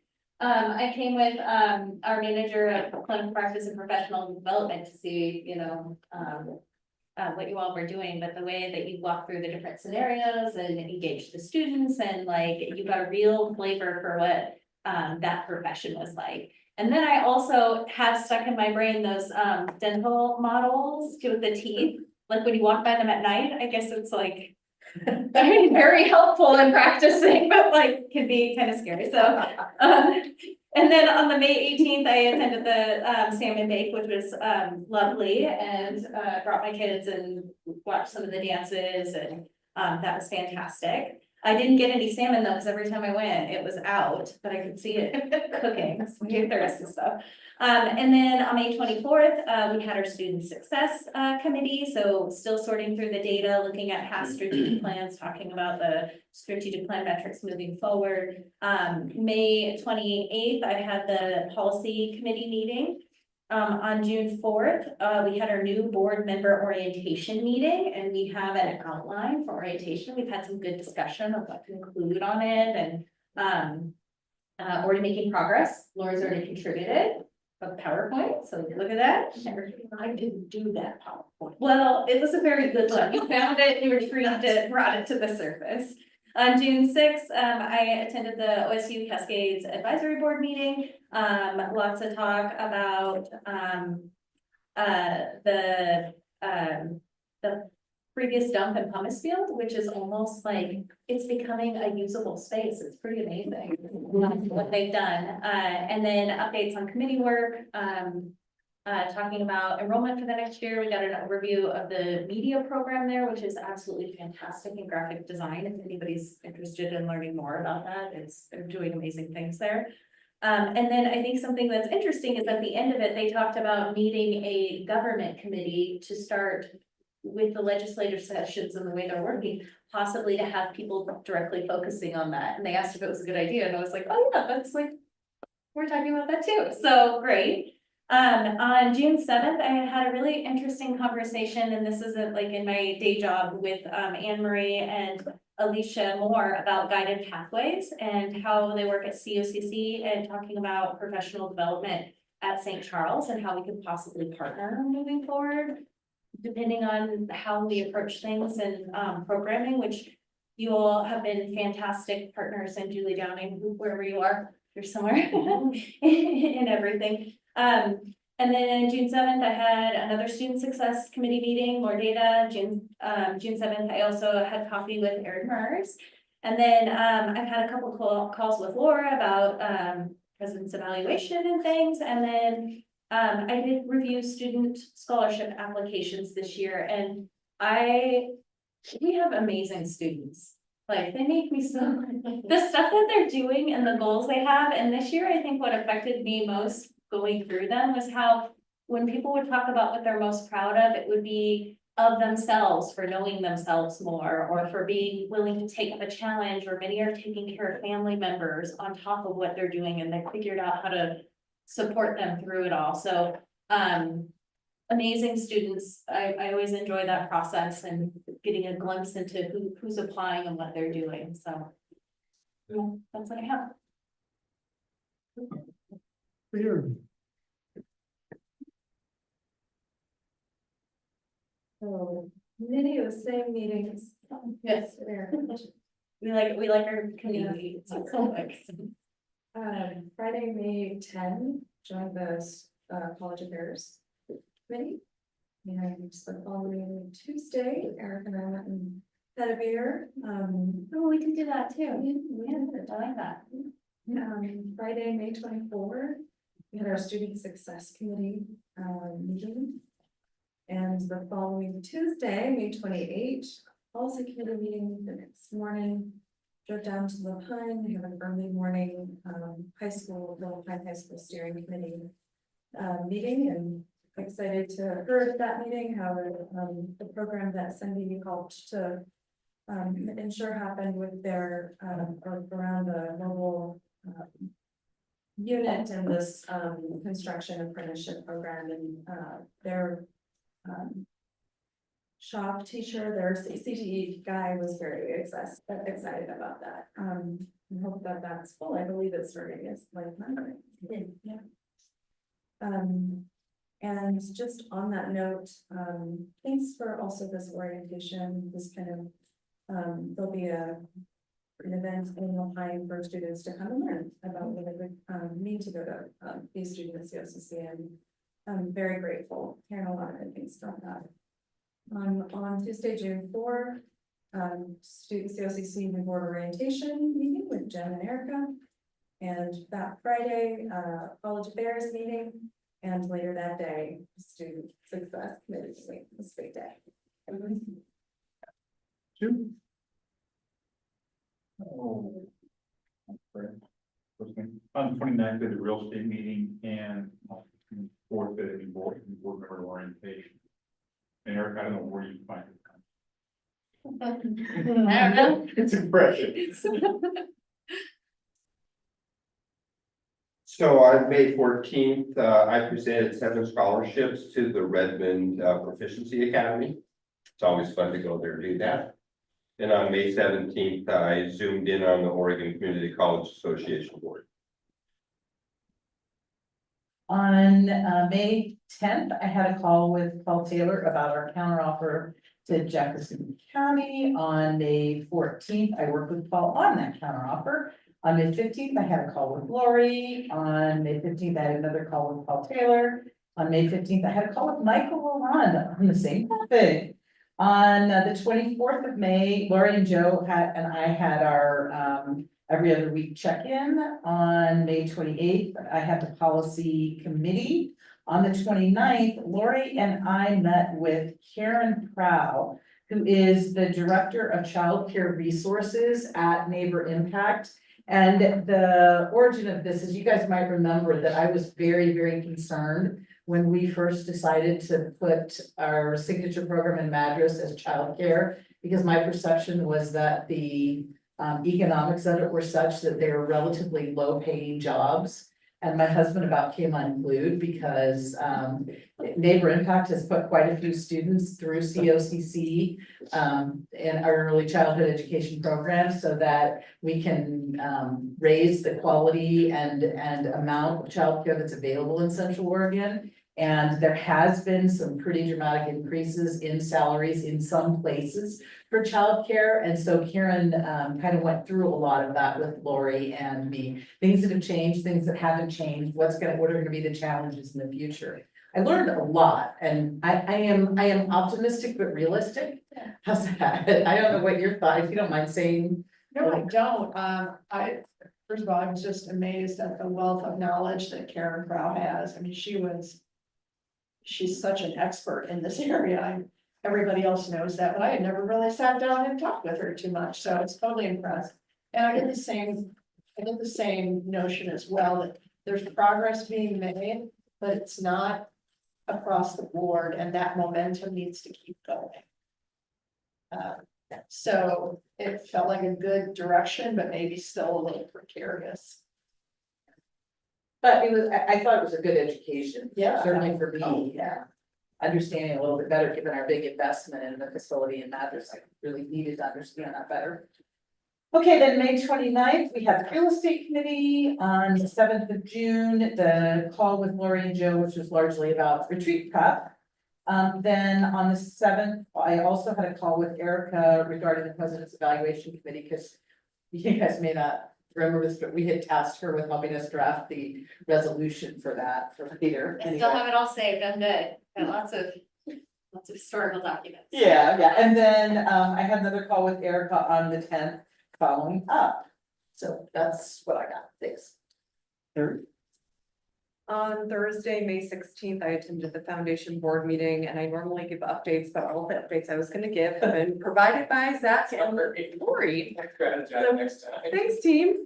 No, that's great. Right before the board meeting, a group of us went to the Pence Gallery to see some student social justice artwork, which was really great. It was created as part of a workshop with a Channing Lecture Series speaker. So it was really nice to have that opportunity. I had never been in that gallery before. So to see student art and learn more about that process.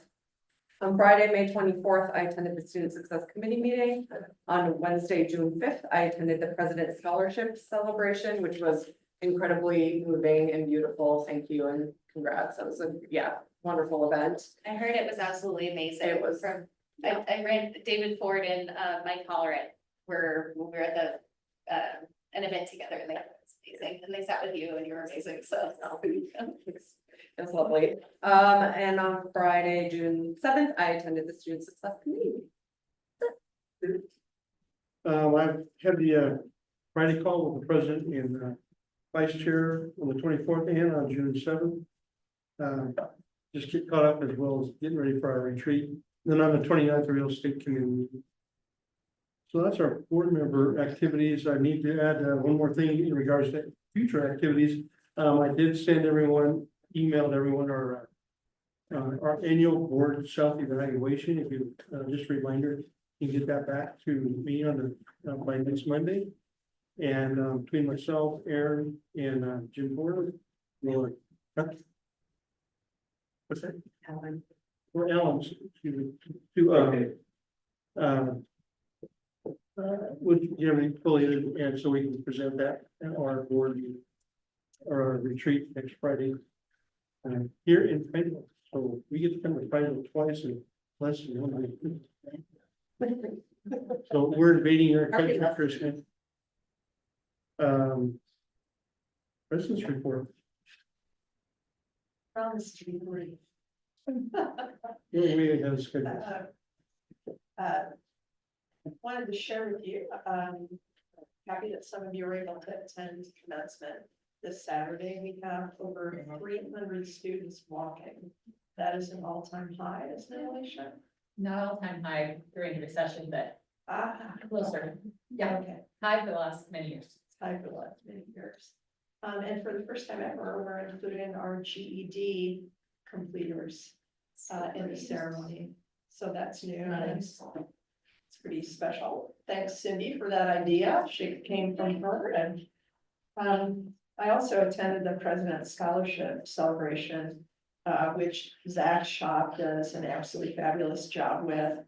They get fabulous student speakers, but I was particularly delighted that this year's honoree was Daisy Lehman, who is an incredibly generous donator to foundation scholarships. And she is so actively involved in the foundation board, having served as president, on foundation committees, and providing great advice and guidance. I think Zach would say to him, and I know I got to meet her early on and really appreciated the wisdom she shared with me and just her enthusiasm for this college. Her remarks were so gracious. I just thought it was a beautiful event. And then I wanted to share, Zach probably had this bequest in the totals. You know, He did, so it's not new money, but a generous donor left us a bequest of $575,000. we got you. For Madras, which is really, really significant. Love to see you at the groundbreaking. I hear we all get shovels, so it could be fun. And I'm not sure I know how to use one, but I'm sure I can just copy others. It's not as good. So it'll be like upside It's down. Oh, it's a picture. Oh my God. Good. So I wanna know if they're gonna be gold, because we did the groundbreaking up at near, Outcrop. thank you, yes. They were spray gold. painted gold. I'm told that Kirby and his team will be on site and It's hilarious. they are It's awesome. bringing 12 gold shovels. I'm sure it's great, but And one final thing, someone referenced, Aaron, the Chandler Lecture Series and the Season of Nonviolence. And Kyle shared with each of you earlier a report that Charlotte Gilbride puts together on those series. And she just does a beautiful job of analyzing attendees, doing a deep dive into how the season went. That's a real jewel in our community outreach efforts. It's great for our students and our internal community, but we have some true fans in the community who go to all of those. And so wanted to recognize Charlotte's good work with the advancement team. And that's my report. well, you may not know how to run a shovel, but you know. It help you just feel comfortable when you're up there, there's contractors and, people move dirt, build buildings. In the construction business, you know, there's D4 tractors and D8 tractors, but the shovel is identified as a D1. A D1, Yep, because it's the most that's the original basic. D1. Awesome. Now you can. You add can that just to- put some dirt onto it and hold the shovel like this. You know, I sometimes would be better like with the D4, the D10, the D whatever, I just would be worse, so. So I'll put the rocks on the shovel and you can just. Can hold you it do that? like Like just, this. we'll get a good photo on that. Really good. Okay, the dates are all in front of you, just kind of call that one, of course, the commencement. Friday, June 21st is our summer retreat here. And then, Wednesday, July 12th, we will be in the Pine, for our board meeting, so. With that, I'm gonna, adjourn our regular board meeting and we'll go into executive session. We'll do that at 8:10, so everyone can go to your restrooms if you like, and then we have a whole bunch of sugar over there and jack you up really well and fall asleep in 22 minutes. Okay, So- perfect. That's when we'll end it, right? Right. So just as people start falling asleep. Yeah. So we'll be back there at 8:10. If anyone's back there sooner, we'll get started sooner. Anytime, The board will come back at 8:10. We do it turns out. Yes.